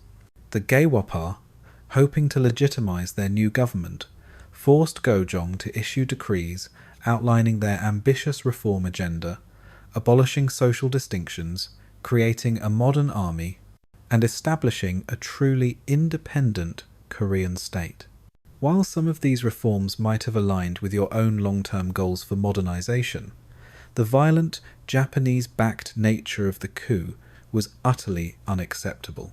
One quirky tidbit. The coup lasted for a mere 3 days, earning it the nickname 3-Day Coup. Despite its brevity, its impact was profound, highlighting the deep divisions within Korean society regarding the path to modernization and foreign relations. Imagine planning a grand revolution only for it to fizzle out faster than a damp firecracker. Historians still argue whether the Gaewapa, despite their radical methods, truly represented a viable path for Korea's modernization, or if their reliance on Japan doomed them from the start. Were they misguided idealists or naive pawns? The swift suppression of the Gapsin coup came primarily from Chinese forces. China, still viewing Korea as its protectorate, reacted quickly and decisively to put down a Japanese-backed rebellion. Chinese troops, led by Yuan Shikai, clashed with Japanese forces in Seoul, ultimately overwhelming the coup plotters and their Japanese supporters. This reasserted China's dominance over Korea, at least for the time being. The failure of the Gapsin coup was a victory for you and your conservative-leaning allies, but it came at a high cost. It solidified anti-Japanese sentiment, further entrenched Chinese influence, and made future attempts at reform even more fraught with danger. You realize that the path to a truly independent and modern Korea is not only uphill, but filled with perilous pitfalls, where even well-intentioned changes can lead to bloodshed and further foreign entanglement. The chessboard just got even more crowded and complicated. The dust from the Gapsin coup barely settles before you, Queen Min. Feel the decisive reassertion of Chinese dominance over Korea. While the coup itself was a frightening internal convulsion, its immediate aftermath solidifies Beijing's position as the primary foreign power holding sway over the Joseon Dynasty. It's like a parent who, after a minor squabble between siblings, steps in to make it abundantly clear who is truly in charge of the household. The swift and decisive intervention by Chinese forces, led by the astute and increasingly influential Yuan Shikai, proved critical in crushing the Gapsin coup. Their victory over the pro-Japanese Gaiwapa and their Japanese allies not only restored order, but also dramatically reinforced China's traditional suzerainty over Korea. You watch as Chinese troops establish a more visible and permanent presence in Seoul, and Chinese influence permeates every level of government. This isn't subtle diplomacy. It's a very clear declaration of who calls the shots. For you, this return to strong Chinese influence is a mixed blessing. On one hand, China's presence acts as a check on Japan's aggressive ambitions, providing a temporary shield against further Japanese encroachment. This offers a measure of stability after the chaos of the coup. On the other hand, it means a return to a more subservient relationship, with China often dictating terms and expecting deference. It's like being protected by a very large, overbearing relative who insists on telling you how to live your life. A mainstream historical fact of this period is the strengthening of China's resident general system in Korea. Yuan Shikai, as the Chinese resident in Seoul, effectively became the most powerful figure in the Korean government, often bypassing King Gojong and directly issuing orders to Korean ministers. His influence extended to military, financial, and political matters. Imagine having a foreign ambassador who isn't just an advisor, but practically a co-ruler, dictating policy from within your own capital. This period sees the Min clan's power reaffirmed under Chinese protection. Since the Gapsin coup largely targeted your allies, its suppression by China meant that those who remained loyal to you and who favoured a Chinese alignment found their positions strengthened. You used this opportunity to further consolidate your domestic power, rooting out remaining elements of the Gaiwapa and ensuring that the court remains firmly under your influence, albeit with a watchful Chinese eye. One quirky tidbit from this time is the fashion of wearing traditional Korean dress at court became even more pronounced as a subtle act of cultural resistance against foreign influence. While some reformers might have dabbled in Western attire, the official court and the majority of the population clung to their traditional hanbok, symbolizing a rejection of the encroaching external world. It's a bit like making sure everyone at a formal dinner wears the correct attire, but on a national scale, where clothes become a statement of defiance. Historians still argue whether China's reassertion of dominance was a benevolent act of protection, or merely a continuation of its own imperialistic designs, albeit a more traditional form than Japan's. Was China truly protecting Korea, or just protecting its own interests? The Tianjin Convention of 1885, signed between China and Japan, further formalized this delicate balance of power. It stipulated that both nations would withdraw their troops from Korea, and that neither would send troops again without notifying the other. While seemingly a step towards mutual respect, it implicitly acknowledged both powers' claims to influence in Korea and set a dangerous precedent for future interventions. You recognize this as a temporary truce, not a lasting solution, leaving Korea perpetually vulnerable. You understand that while China's presence provides a temporary bulwark against Japan, it doesn't solve Korea's fundamental weakness. You are still caught between two giants, both with their own agendas for your nation. The need to find a true counterbalance, a third force to prevent either China or Japan from completely dominating Korea, becomes even more urgent in your mind. The search for a way out of this diplomatic straitjacket begins in earnest.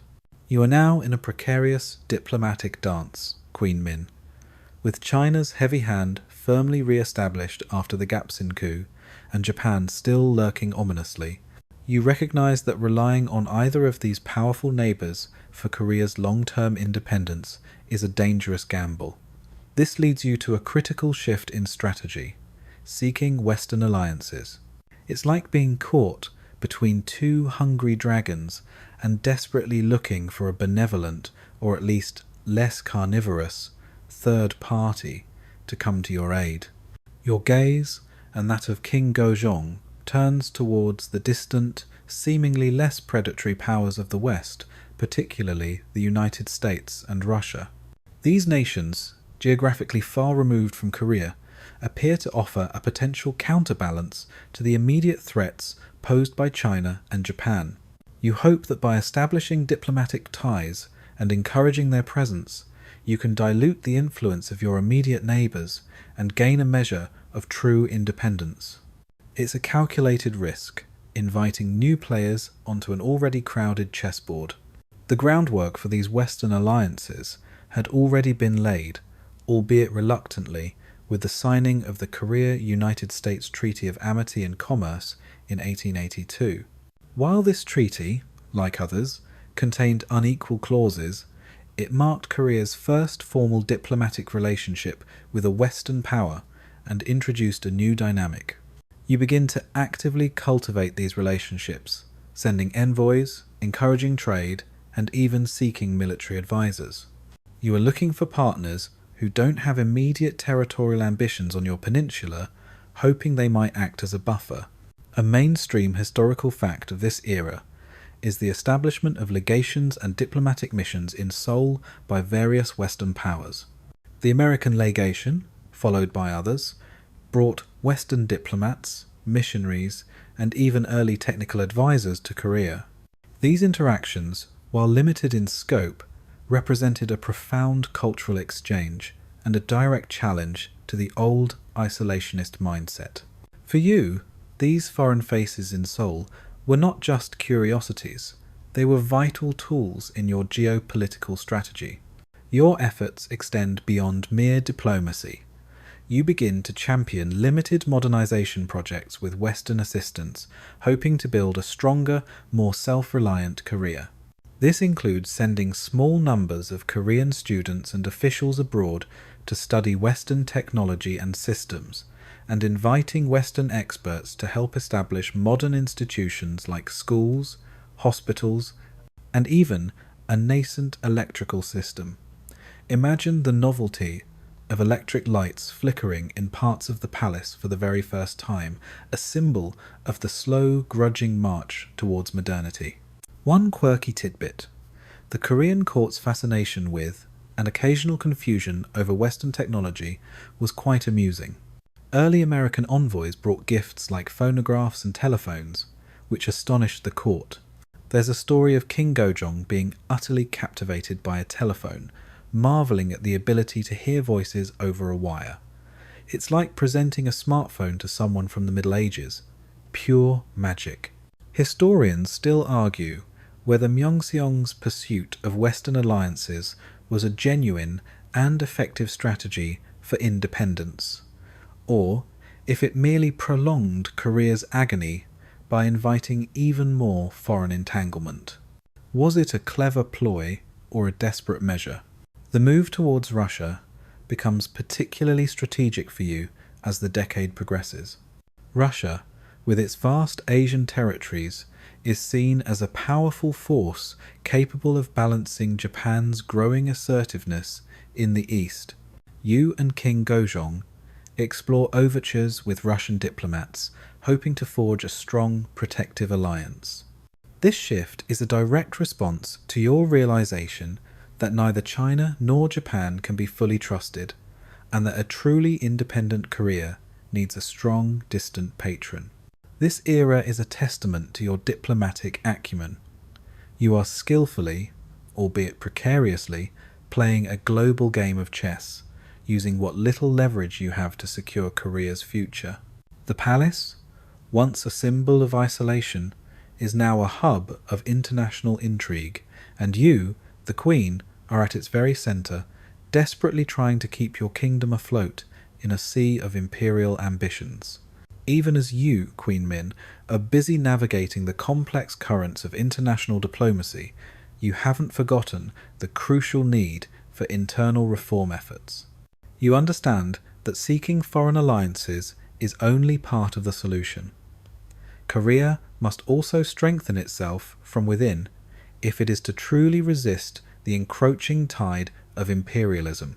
It's like trying to reinforce a leaking boat. You need new planks as much as you need a strong tugboat.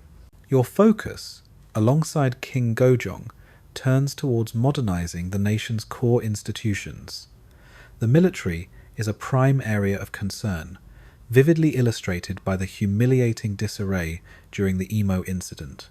You advocate for the continued training of Western-style units, often with foreign instructors from countries like the United States or Russia, hoping to build a professional, disciplined army capable of defending Korea's borders. Imagine the sight of Korean soldiers in modern uniforms, drilling with new rifles, a stark contrast to the traditional, often ill-equipped forces of the past. Beyond the military, you push for reforms in government administration and education. You understand that a more efficient, less corrupt bureaucracy is essential for effective governance. This means encouraging merit-based appointments, attempting to streamline tax collection, and subtly challenging old aristocratic privileges that hinder progress. In education, you support the establishment of new schools that teach Western languages, sciences, and mathematics, often with the help of foreign missionaries and educators. It's a slow, arduous process akin to trying to turn a colossal, deeply ingrained cultural ship by hand. A mainstream historical fact of this era is the establishment of various modern institutions in Seoul. This includes the setting up of a modern postal service, the very post office that was the site of the Gapsin coup, ironically, the slow introduction of telegraph lines, and nascent attempts at modern healthcare. You champion these initiatives, seeing them as vital steps towards bringing Korea into the 19th century, however late in the game. These efforts, while often small in scale, represented a profound shift away from centuries of isolation. One quirky tidbit about these early reforms is the initial public and courtly reactions to some of the new technologies. When the first streetlights were installed in Seoul, people were reportedly amazed and somewhat bewildered by the fire that burned without fuel. The concept of a modern, centralized postal service was also entirely new, previously relying on traditional messengers. It's like introducing Wi-Fi to a village that still relies on carrier pigeons, fascinating, but also a bit jarring to the established norms. Historians still argue whether these internal reforms were too little, too late, given the rapid pace of imperialistic encroachment, or if they represented a genuine, if desperate, attempt to adapt and survive. Were they effective enough, or merely symbolic gestures in the face of overwhelming odds? Despite your reformist impulses, you also remain deeply aware of the need to balance modernization with the preservation of Korean identity and culture. You are not advocating for a wholesale abandonment of tradition, but a selective adoption of elements that will strengthen the nation without sacrificing its soul. This often leads to careful compromises, sometimes frustratingly slow progress, as you try to navigate the entrenched conservatism within your own court.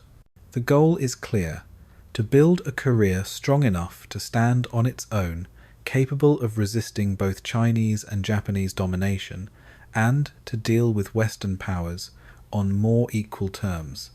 But the challenges are immense: a limited budget, entrenched opposition, and the constant threat of foreign interference. You are pushing against centuries of tradition and the relentless march of global imperialism, a task that would exhaust even the most determined leader. Every small victory in these internal reforms feels like chipping away at a granite mountain, but you know it is essential work if your kingdom is to survive. Just as you, Queen Min, are trying to steady the ship with cautious internal reforms and strategic external alliances, a new and devastating wave of unrest erupts from within Korea itself. This is the Donghak Peasant Rebellion of 1894, a massive, widespread uprising that, more than any other internal conflict, effectively acts as a beacon, drawing in the very foreign interventions you have been desperately trying to manage. It's like a small fire in your backyard, suddenly becoming a raging inferno that attracts everyone with a fire hose and a hidden agenda. The Donghak movement itself was a fascinating and complex blend of traditional Korean religious beliefs, Confucian and Buddhist ethics, and a strong undercurrent of social and political reform. It championed equality, condemned corruption, and, crucially, harboured a deep anti-foreign sentiment. Its followers, primarily impoverished peasants, were fed up with corrupt local officials, oppressive taxes, and the perceived humiliation of Korea by foreign powers. Imagine the sheer desperation, the righteous anger that would drive hundreds of thousands of people to take up arms against their own government. The rebellion erupts in the southwestern provinces, gaining momentum rapidly as more and more disillusioned peasants join its ranks. They seize local government offices, clash with government troops, and spread their message of reform and resistance. You receive increasingly alarming reports from the provinces detailing the scale of the uprising and the inability of your provincial armies to contain it. The situation quickly spirals out of control, threatening the stability of the entire kingdom. A mainstream historical fact of the Donghak Rebellion is its initial success in overwhelming government forces. The peasants, though poorly armed, were driven by fervent belief and sheer numbers, allowing them to capture major towns and seriously challenge the central government's authority. This widespread and sustained internal conflict directly led to a critical decision that would have catastrophic consequences for Korea's sovereignty. In your desperation to suppress the rebellion, and perhaps fearing that its anti-government sentiment could reach Seoul, you and King Gojong make a fateful decision. You request military assistance from China. This seems like a logical step, given China's traditional role as Korea's suzerain and its demonstrated ability to quell the Imo incident and the Gapsin coup. You are hoping for a quick resolution, a return to order, so you can continue your internal reforms and delicate foreign balancing act. It's like calling in the big brother to sort out a family squabble. One quirky tidbit. The Donghak rebels were known for their distinctive white clothing, which, while traditional, also served as a symbol of their unity and their shared purpose. Imagine seeing a vast sea of white-clad figures sweeping across the countryside, a powerful visual representation of popular discontent. Historians still argue whether your decision to call in Chinese troops was a strategic blunder that precipitated Korea's eventual loss of independence, or if it was an unavoidable choice given the severity of the rebellion and the weakness of Korea's own forces. Was there another viable option, or were you trapped by circumstance? However, the Tianjin Convention of 1885, remember that little agreement between China and Japan? It stipulated that if either power sent troops to Korea, they must notify the other. So, as soon as China dispatched its forces, Japan immediately responded by sending its own troops to Korea, ostensibly to protect its citizens and interests, but in reality, to counter Chinese influence and gain a strategic advantage. It's like inviting one guest to a party, and they immediately bring their sworn enemy as a +1 ready for a fight.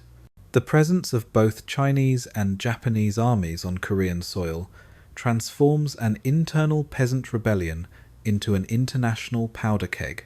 The Donghak Rebellion, intended to address domestic grievances, now becomes the unwitting catalyst for a much larger conflict, drawing the two regional giants into a direct confrontation on Korean soil. You can feel the tension ratcheting up, knowing that Korea is now truly a battleground, and the fight is no longer just your own. The tragic irony is that the very act of seeking stability led directly to the brink of a major war. The stage is now set for a catastrophe, Queen Min, one that you desperately tried to prevent. With both Chinese and Japanese forces now deployed on Korean soil, ostensibly to deal with the Donghak rebellion, but truly eyeing each other, the inevitable happens. The simmering rivalry between these two regional powers ignites, leading directly to the outbreak of the First Sino-Japanese War in 1894. It's the moment the slow-burn geopolitical thriller you've been living turns into a full-blown explosive action sequence, and your country is the unfortunate arena. The conflict doesn't start with a formal declaration of war, but with escalating tensions and a series of provocations.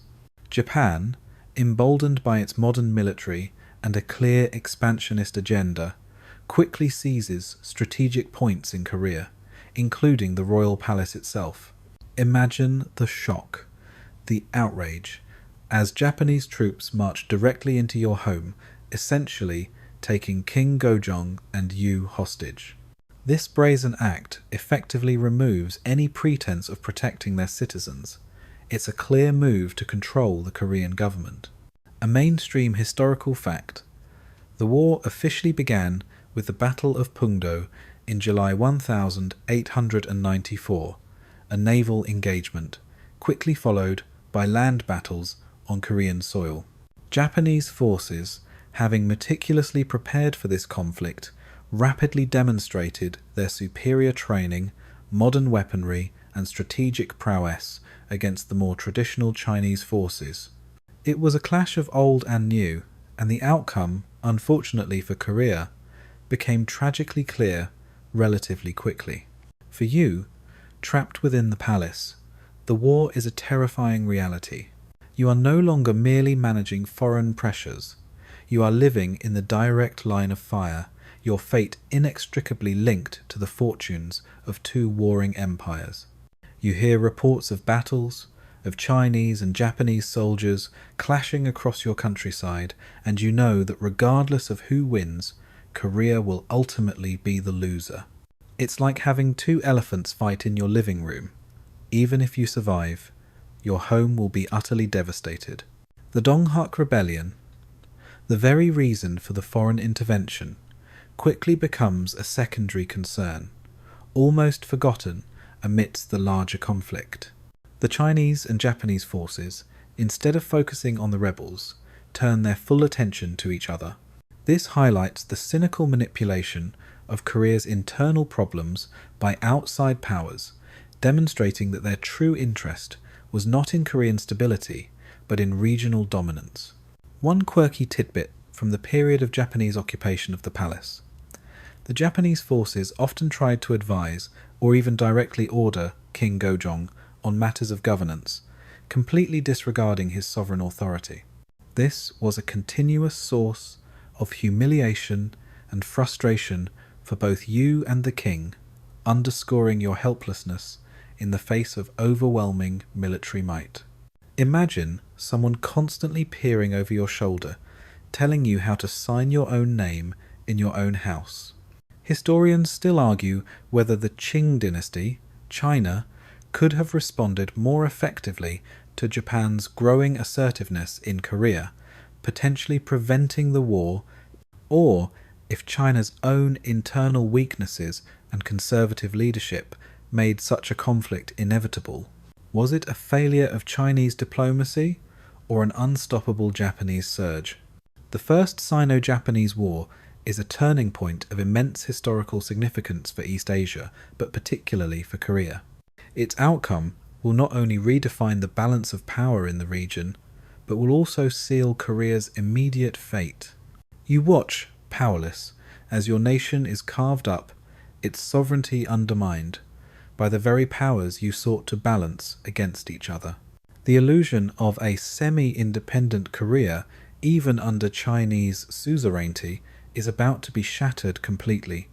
The sound of distant cannon fire must have felt like the death knell of an era. The cannons have fallen silent, the smoke has cleared, and the outcome of the First Sino-Japanese War is undeniably clear. Japan has achieved a decisive victory. For you, Queen Min, and for the entire Joseon Dynasty, this is not merely a military defeat for China, it's a seismic shift that fundamentally alters the geopolitical landscape of East Asia and seals Korea's fate for decades to come. It feels like the ground beneath your feet has simply vanished. The terms of the Treaty of Shimonoseki, signed in April 1895, are a brutal testament to Japan's triumph and China's humiliation. China formally recognized the full and complete independence and autonomy of Korea, a clause that might sound liberating, but was, in fact, a cunning Japanese ploy to detach Korea from Chinese influence and pave the way for its own dominance. China also ceded Taiwan, the Pescadores Islands, and the Liaodong Peninsula to Japan, and paid a massive indemnity. For Korea, this meant the abrupt and definitive end of its centuries-old tributary relationship with China. You are no longer under China's wing, however cumbersome that wing sometimes felt. This victory propelled Japan onto the world stage as a major power, demonstrating its successful modernization and military prowess. For Korea, however, it meant exchanging one dominant patron for a far more aggressive and expansionist one. The Japanese presence in Seoul, already significant after the Imo incident and the Gapsin coup, now becomes overwhelming. They exert direct control over the Korean government, dictating policies and appointments and installing their own advisors. It's like being told you're finally free, only to find yourself immediately locked in a different, even smaller cage. A mainstream historical fact of this period is the imposition of the Garbo reforms by the Japanese-backed Korean government. These reforms were ostensibly aimed at modernizing Korea, but they were largely dictated by Japan and served to further consolidate Japanese influence. They included abolishing the traditional civil service examination, reorganizing government structure, and even adopting the Gregorian calendar. While some of these changes were genuinely progressive, their imposition by a foreign power meant they were deeply unpopular and viewed as an assault on Korean sovereignty and tradition. You watch as your country is forced to swallow these bitter pills, knowing that resistance is futile against such overwhelming force. One quirky tidbit about the Gabo reforms is the abolition of the top knot, a traditional male hairstyle which was seen as a symbol of outdated customs by the Japanese. This seemingly minor decree caused immense cultural outrage and resistance, as the top knot was deeply tied to Korean male identity and Confucian values. Imagine being told by a foreign power that you can no longer wear your hair in a certain way. It's a profound cultural insult. Historians still argue whether the comprehensive and often radical nature of the Garbo reforms were a genuine attempt to modernize Korea or simply a means to an end for Japanese control and exploitation. Was it progress or just thinly veiled imperialism? You are now in a deeply perilous position. Your long-standing strategy of balancing China against Japan has utterly collapsed. Japan is now the undisputed master of Korea, and its intentions are becoming frighteningly clear. The very independence that the Treaty of Shimonoseki supposedly granted is a cruel illusion, as Japan sets about transforming Korea into its de facto protectorate. The court is filled with a new sense of despair and desperation. Those who had allied with China are now disgraced or in hiding, and the future looks grim. You recognize that you must find a new strategy, a new external power to counter Japan, or Korea will inevitably be absorbed. Your eyes now turn to a different, still distant, but potentially powerful savior, Russia. The game is far from over, but the rules have fundamentally changed, and the stakes have never been higher.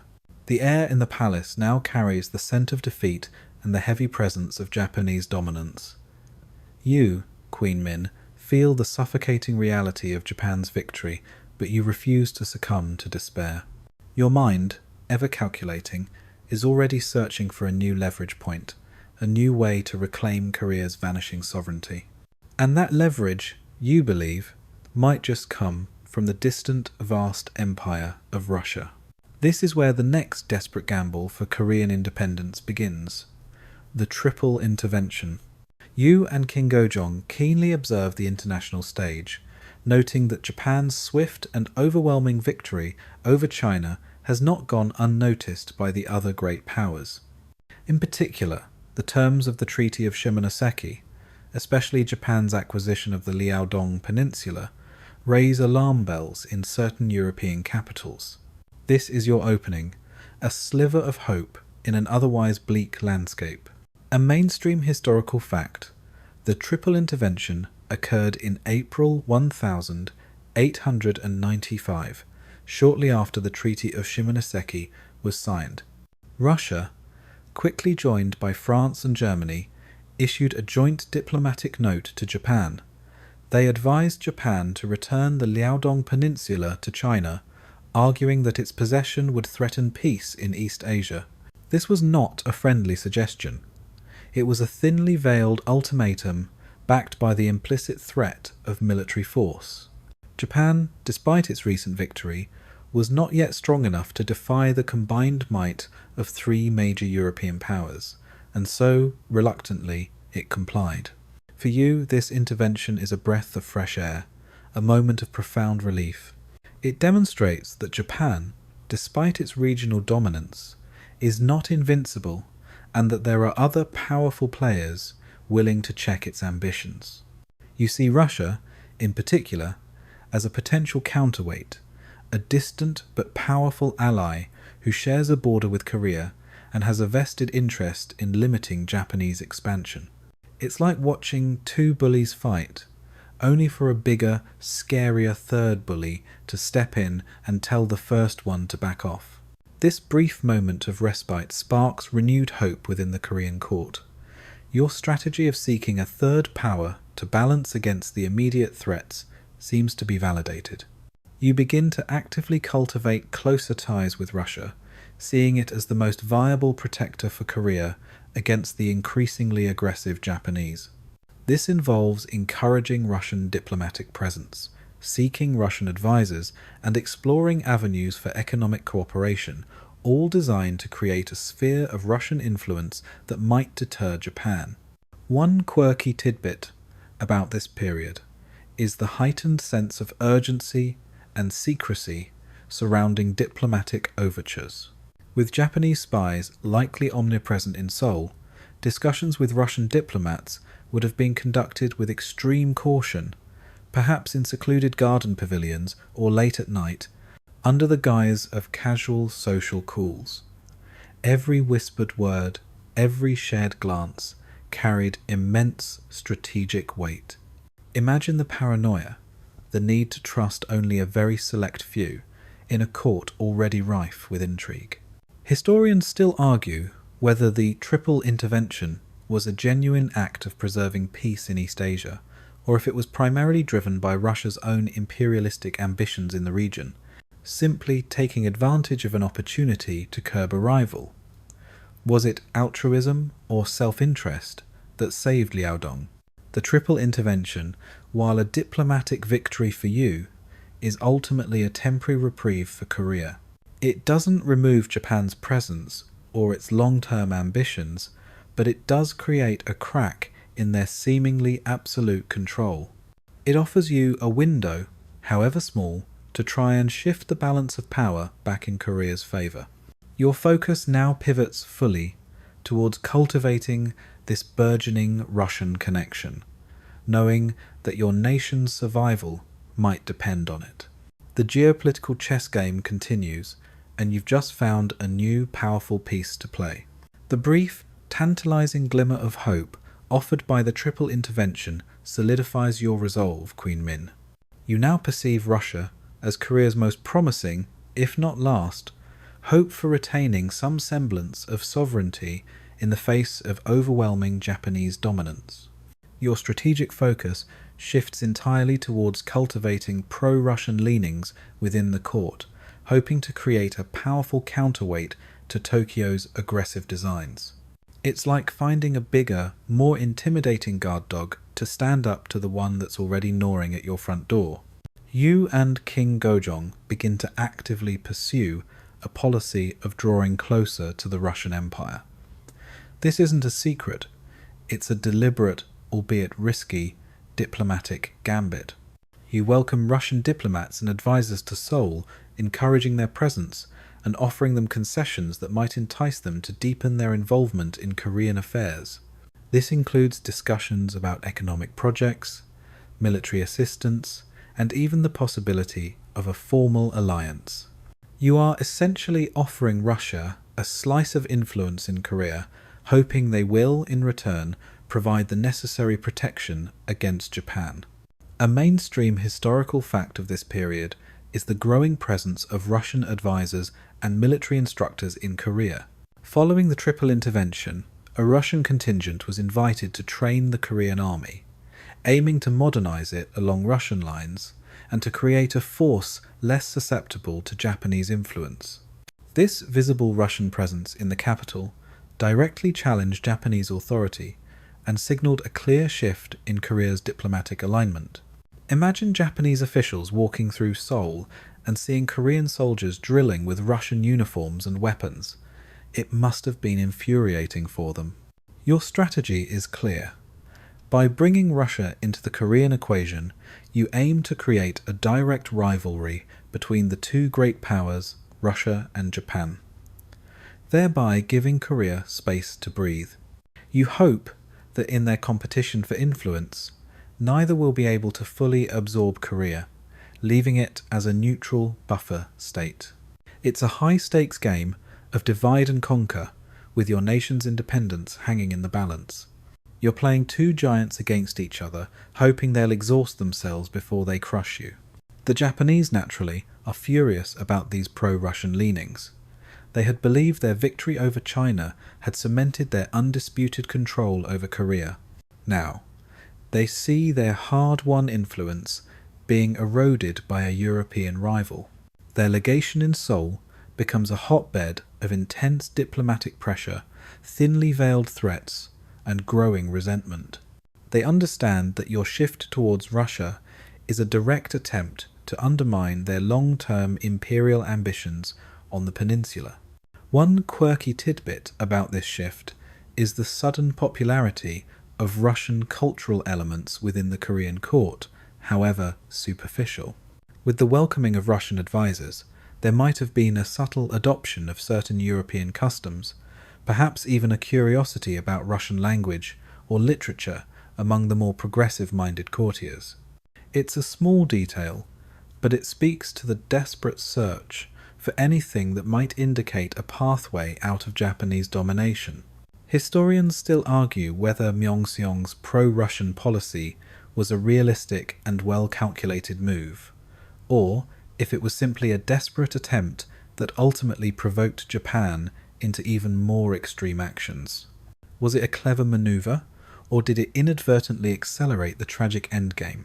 This period is marked by an intense diplomatic chess match played out in the halls of the Korean palace. You are the master strategist, pulling the strings, leveraging your personal influence over King Gojong to firmly align Korea with Russia. You understand the immense risks involved, but you also see no other viable path to saving your nation from complete Japanese subjugation. The tension in Seoul becomes almost unbearable, a silent countdown to the next, inevitable confrontation. The question isn't if Japan will react, but how and when. The pro-Russian pivot you've initiated, Queen Min, while a desperate gamble for Korea's independence, has plunged Japan into a state of heightened desperation and clandestine plotting. Having just defeated China to gain dominance over Korea, the Japanese are not about to sit idly by as their hard-won influence is siphoned away by Russia. You can almost feel their frustrated rage emanating from the Japanese legation in Seoul, a palpable sense of a predator whose prey is trying to slip from its grasp. The Japanese recognize that your pro-Russian stance is a direct challenge to their long-term vision of incorporating Korea into their sphere of influence. They see you, the Queen, as the primary obstacle to their ambitions, the intelligent and resilient force constantly thwarting their plans. They view your diplomatic maneuvering with Russia not just as an annoyance, but as a direct threat to their national security and imperial aspirations. This fuels a dangerous combination of paranoia and determination. Their initial response is diplomatic pressure, a flurry of demands and warnings to the Korean government to cease its flirtation with Russia. But when these diplomatic efforts fail to sway you or King Gojong, the Japanese government, particularly through its influential minister to Korea, Miura Goro, begins to formulate a far more sinister plan. They conclude that as long as you, Queen Min, remain alive and influential, Korea will continue to resist Japanese control. It's like being the stubborn knot in a very important, very aggressive, imperialistic rope. A mainstream historical fact of this period is the increasingly aggressive and conspiratorial actions of Japanese officials and agents in Korea. They began to openly support and collaborate with Korean factions opposed to your pro-Russian policies, particularly the Hungseon Daewongun, who remained a bitter enemy of yours. They sought to exploit internal divisions, creating a network of Korean collaborators willing to further Japanese interests. The details of their plot become increasingly chilling. They decide that the most effective way to remove the obstacle that is Queen Min is to eliminate you. This isn't just about political removal, it's about outright assassination. They begin to organize a shadowy alliance of Japanese soshi, political thugs or adventurers, Korean collaborators, including elements linked to the Daewongun, and even elements of the Japanese Legation Guard and the newly Japanese-trained Korean army. Imagine the whispered meetings in hidden rooms, the drawing of maps, the chilling calculation of how to execute such a daring and heinous act. One quirky tidbit. The Japanese agents involved in the conspiracy reportedly practiced their assassination drills on pigs in the dead of night, perfecting the swift and silent entry into the palace grounds. This morbid detail highlights the chilling premeditation and ruthlessness of their plan, transforming a political disagreement into a cold-blooded act of violence. Historians still argue whether the assassination plot was sanctioned at the highest levels of the Japanese government in Tokyo, or if it was primarily the initiative of rogue elements within the Japanese legation in Korea. Was it state-sponsored terrorism or rogue agency? The debate continues to this day. You, meanwhile, are likely aware of the heightened tension, the increased Japanese surveillance, and perhaps even rumours of plots against you. The palace feels less like a home and more like a fortress under siege. You would be surrounded by your loyal Min clan members and increasingly reliant on your Russian contacts for intelligence and protection. But even with all your vigilance, the net is drawing tighter, and the forces arrayed against you are both ruthless and highly motivated. The tension in Seoul reaches a fever pitch. The pro-Russian faction, led by you, and the pro-Japanese faction, now actively plotting your demise, are on a collision course. The fate of Korea, and indeed your own life, hangs precariously in the balance, as the Japanese resolve to remove the formidable woman who stands in their way.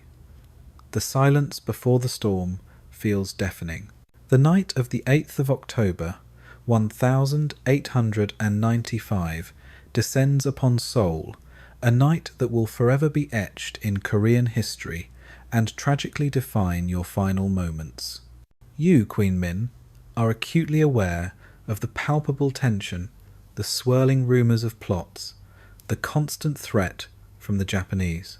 Yet, even with all your vigilance, the precision and brutality of the coming assault are beyond imagining. This is the Yeolmi incident, a dark stain on international diplomacy and a personal nightmare for you. The attack unfolds with chilling efficiency. Japanese agents, primarily a group of soshi, political adventurers or strong-arm men, led by the Japanese minister to Korea, Muragoro, along with a contingent of Japanese legation guards and some Korean collaborators, including elements from the Daewongun's faction, storm the Gyeongbokgung Palace. They burst through the palace gates in the pre-dawn hours, their movement swift and determined, cutting down Korean guards who offer resistance. Imagine the chaos, the sudden screams tearing through the quiet of the night, the clash of steel, the desperate cries of loyalty from your few remaining defenders. Their primary target is you.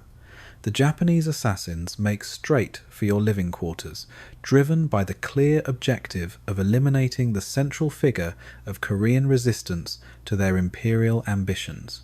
They ransack the palace, searching room to room, ruthlessly confronting and killing court, ladies and palace staff who resemble you or try to protect you. It's a terrifying, brutal manhunt unfolding within the very walls of your home. A mainstream historical fact of the Yeolmi incident is that Queen Min was discovered, brutally assaulted, and then murdered by the Japanese agents. Accounts vary in their gruesome details, but it is widely accepted that she was stabbed, and her body was then desecrated, reportedly burned outside the palace to destroy evidence and prevent the recovery of her remains, further adding to the horror and insult. This act was not merely an assassination, it was a deliberate act of political terror, designed to break the will of the Korean court and populace. King Gojong, your husband, is also caught in the terrifying grip of the attackers. He is seized and essentially held hostage during the assault, powerless to protect you. He is forced to witness the horrifying events unfold, cementing the trauma and humiliation of the night. His authority, already weakened, is utterly shattered by this brazen act of violence against his consort and his throne. One quirky, albeit grim, tidbit: the assassins reportedly asked captured court ladies to identify the queen, highlighting their cold determination to ensure they eliminated the correct person. The very air would have reeked of fear, desperation, and the acrid smell of burning wood. Historians still argue whether the Japanese government in Tokyo formally ordered the assassination, or if Muragoro acted on his own initiative with tacit approval. The truth is likely somewhere in the murky waters of deniable operations, but the ultimate responsibility for the act lies undeniably with the Japanese desire to eliminate resistance to their control. The aftermath of your assassination is immediate and devastating. The Korean court is plunged into shock and disarray. The pro-Russian faction is decapitated, their leader brutally removed. The Japanese consolidate their control over the palace and the government, installing a puppet cabinet and forcing King Gojong to issue decrees that further cement their authority, including a decree that posthumously stripped you of your royal titles and degraded you to a commoner. A final petty act of vengeance that would eventually be reversed. The Yeolmi incident is more than just a tragic assassination. It is a profound turning point in Korean history. It marks the effective end of any meaningful Korean sovereignty in the face of Japanese imperialism and foreshadows the darker chapters to come. The defiant, intelligent woman who fought so hard for her nation's independence is gone, silenced in the most brutal way, leaving behind a kingdom now entirely at the mercy of its aggressive neighbour. The immediate aftermath of the Yeolmi incident is a chilling testament to the shock and terror that grips the Korean court and, indeed, the entire nation. You, Queen Min, are gone, brutally silenced, and your absence leaves a gaping void in the heart of Korean resistance. The silence that follows the horrifying night of the 8th of October, 1895, isn't peaceful. It's the unnerving quiet of absolute Japanese dominance, a heavy blanket draped over a traumatized kingdom. King Gojong, your husband, is now effectively a prisoner in his own palace, entirely at the mercy of the Japanese. He is forced to endure the profound humiliation of having his wife brutally murdered, and then, under Japanese duress, issuing decrees that further erode his authority and your legacy. One of the most egregious acts of this period is the forced issuance of a royal edict that posthumously stripped you of your royal titles, degrading you to the status of a commoner. This was a clear attempt by the Japanese and their Korean collaborators to erase your influence and legitimize your assassination, a final, cruel indignity aimed at breaking the king's spirit and the nation's memory.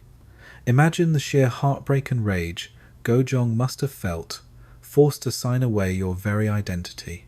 The political landscape of Korea is immediately reshaped. The pro-Russian faction, which you had so carefully cultivated, is utterly shattered. Their leader, the formidable Queen, is dead, and many of their key members are either in hiding, arrested, or have fled for their lives. The Japanese, with no significant opposition, quickly consolidate their control, installing a new, thoroughly pro-Japanese cabinet led by collaborators who are willing to do their bidding. It's like watching a hostile takeover, swift and merciless, where all the old guard is purged and replaced with loyalists of the new regime. A mainstream historical fact of this period is the imposition of new, Japanese-backed reforms, even more drastic than the earlier Gabo reforms. These included the mandatory cutting of the traditional top knot for men, which, as you recall, was met with fierce popular resistance. This was not just about modernizing appearance, it was a symbolic act of subjugation, forcing Koreans to abandon a deeply ingrained part of their cultural identity. This move, more than any other, ignited widespread resentment among the common people who saw it as an affront to their dignity and heritage. The assassination sparks a wave of anti-Japanese sentiment and resistance across the country. While the court is paralyzed, ordinary Koreans, especially those in the countryside, react with fury. This leads to the emergence of righteous armies, or uebyong, composed of former soldiers, scholars, and peasants, who take up arms against the Japanese and their Korean collaborators. These were often spontaneous, localized uprisings, fueled by outrage over the Queen's death and the enforced haircut.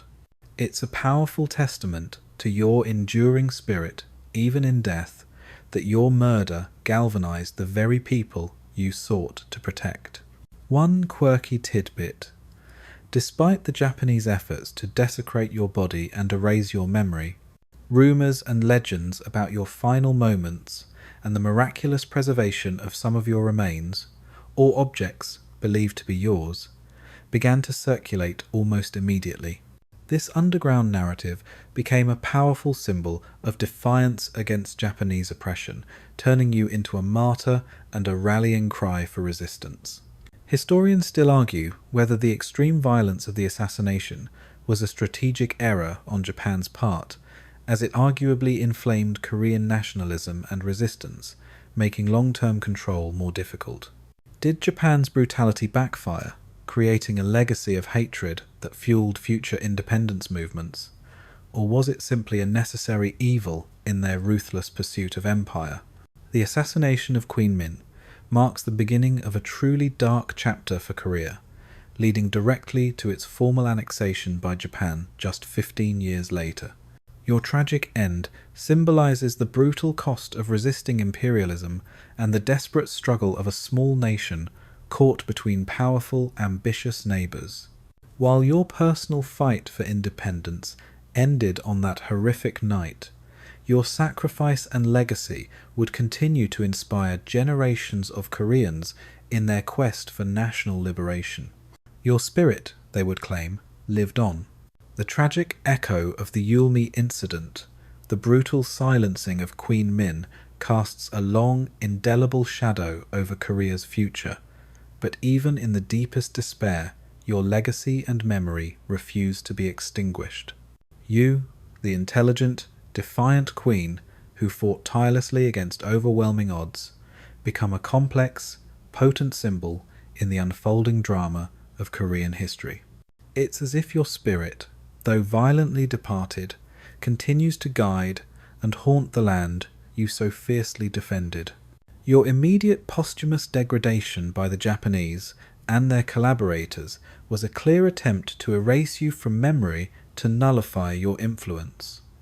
However, this act of vengeance ultimately backfired. Instead of disappearing, you transformed into a martyr, a rallying cry for Korean nationalism. The outrage over your assassination, particularly among scholars and ordinary citizens, fueled fierce anti-Japanese sentiment. You became the embodiment of Korea's suffering at the hands of foreign aggression, a tragic heroine whose death demanded justice and independence. King Gojong, deeply affected by your murder, spent years under duress, eventually fleeing his palace for the safety of the Russian legation in 1896, an event known as the Agwan Pacheon. This desperate act, seeking refuge with the very power you had courted, was a direct consequence of your death and the unbearable Japanese pressure. From the safety of the legation, Gojong would later elevate you posthumously to the title of Empress Myeongseong in 1897, an act of defiance and a restoration of your honour. This was a powerful symbolic gesture, reclaiming your identity and asserting Korean sovereignty even in the face of immense foreign control. A mainstream historical fact of your enduring legacy is your transformation into a central figure in Korean nationalist discourse. During the Japanese colonial period, 1910–1945, your story was often whispered in defiance, a reminder of a queen who dared to resist. Playwrights, poets, and historians would later portray you as a symbol of Korean resilience, intelligence, and tragic sacrifice in the face of imperialism. Your name became synonymous with the struggle for independence. Historians still argue whether Myeongseong's actions, though ultimately unsuccessful in preventing colonization, were the best possible strategy given Korea's precarious position, or if a more consistent, long-term policy of modernization, unburdened by internal factionalism, might have yielded a different outcome. Was your strategy too reactive, or simply the only one available in a world where might made right? It's a question that echoes through every Korean history textbook. One quirky tidbit about your posthumous journey: despite the initial desecration of your body, a funeral was eventually held for you years later with full imperial rites. The ceremony was a powerful expression of national grief and defiance, a public act of mourning for a queen whose tragic end was intimately tied to the fate of her nation. Imagine the quiet procession, the solemn rituals, a final farewell for a woman who lived and died for her country. Your complex character, a woman of immense political acumen, fierce determination, and sometimes ruthless pragmatisms, continues to be debated and reinterpreted. Some see you as a visionary reformer, others as a power-hungry matriarch, but almost all acknowledge your pivotal role in the dying days of Joseon and the genesis of modern Korean nationalism. You weren't a perfect figure, but you were undeniably a force, a woman who dared to challenge the giants of her age. As time fades, the sharp edges of your story soften, and your image becomes intertwined with the very soul of Korea's struggle for identity and survival in a hostile world. You might close your eyes now, drifting into the quiet, knowing that your extraordinary journey, your fierce love for your country, and your tragic end have left an indelible mark. Your story, Empress Myeongseong, serves as a poignant reminder of the enduring human spirit, even when faced with insurmountable odds, a quiet testament to a queen who, in the end, refused to be forgotten. The day is done, The history settled for now, and the stillness of the night is here. Let your thoughts wander, gentle listener, far from the intrigues of ancient palaces and the clash of empires. Feel the soft brush of sleep descending, a gentle curtain drawing across the day's worries. Let your mind unwind, like a spool of silk, slowly unravelling in the quiet air. The past is vast, but tonight your journey through it comes to a peaceful close. Rest now, softly, as the world outside continues its gentle hum.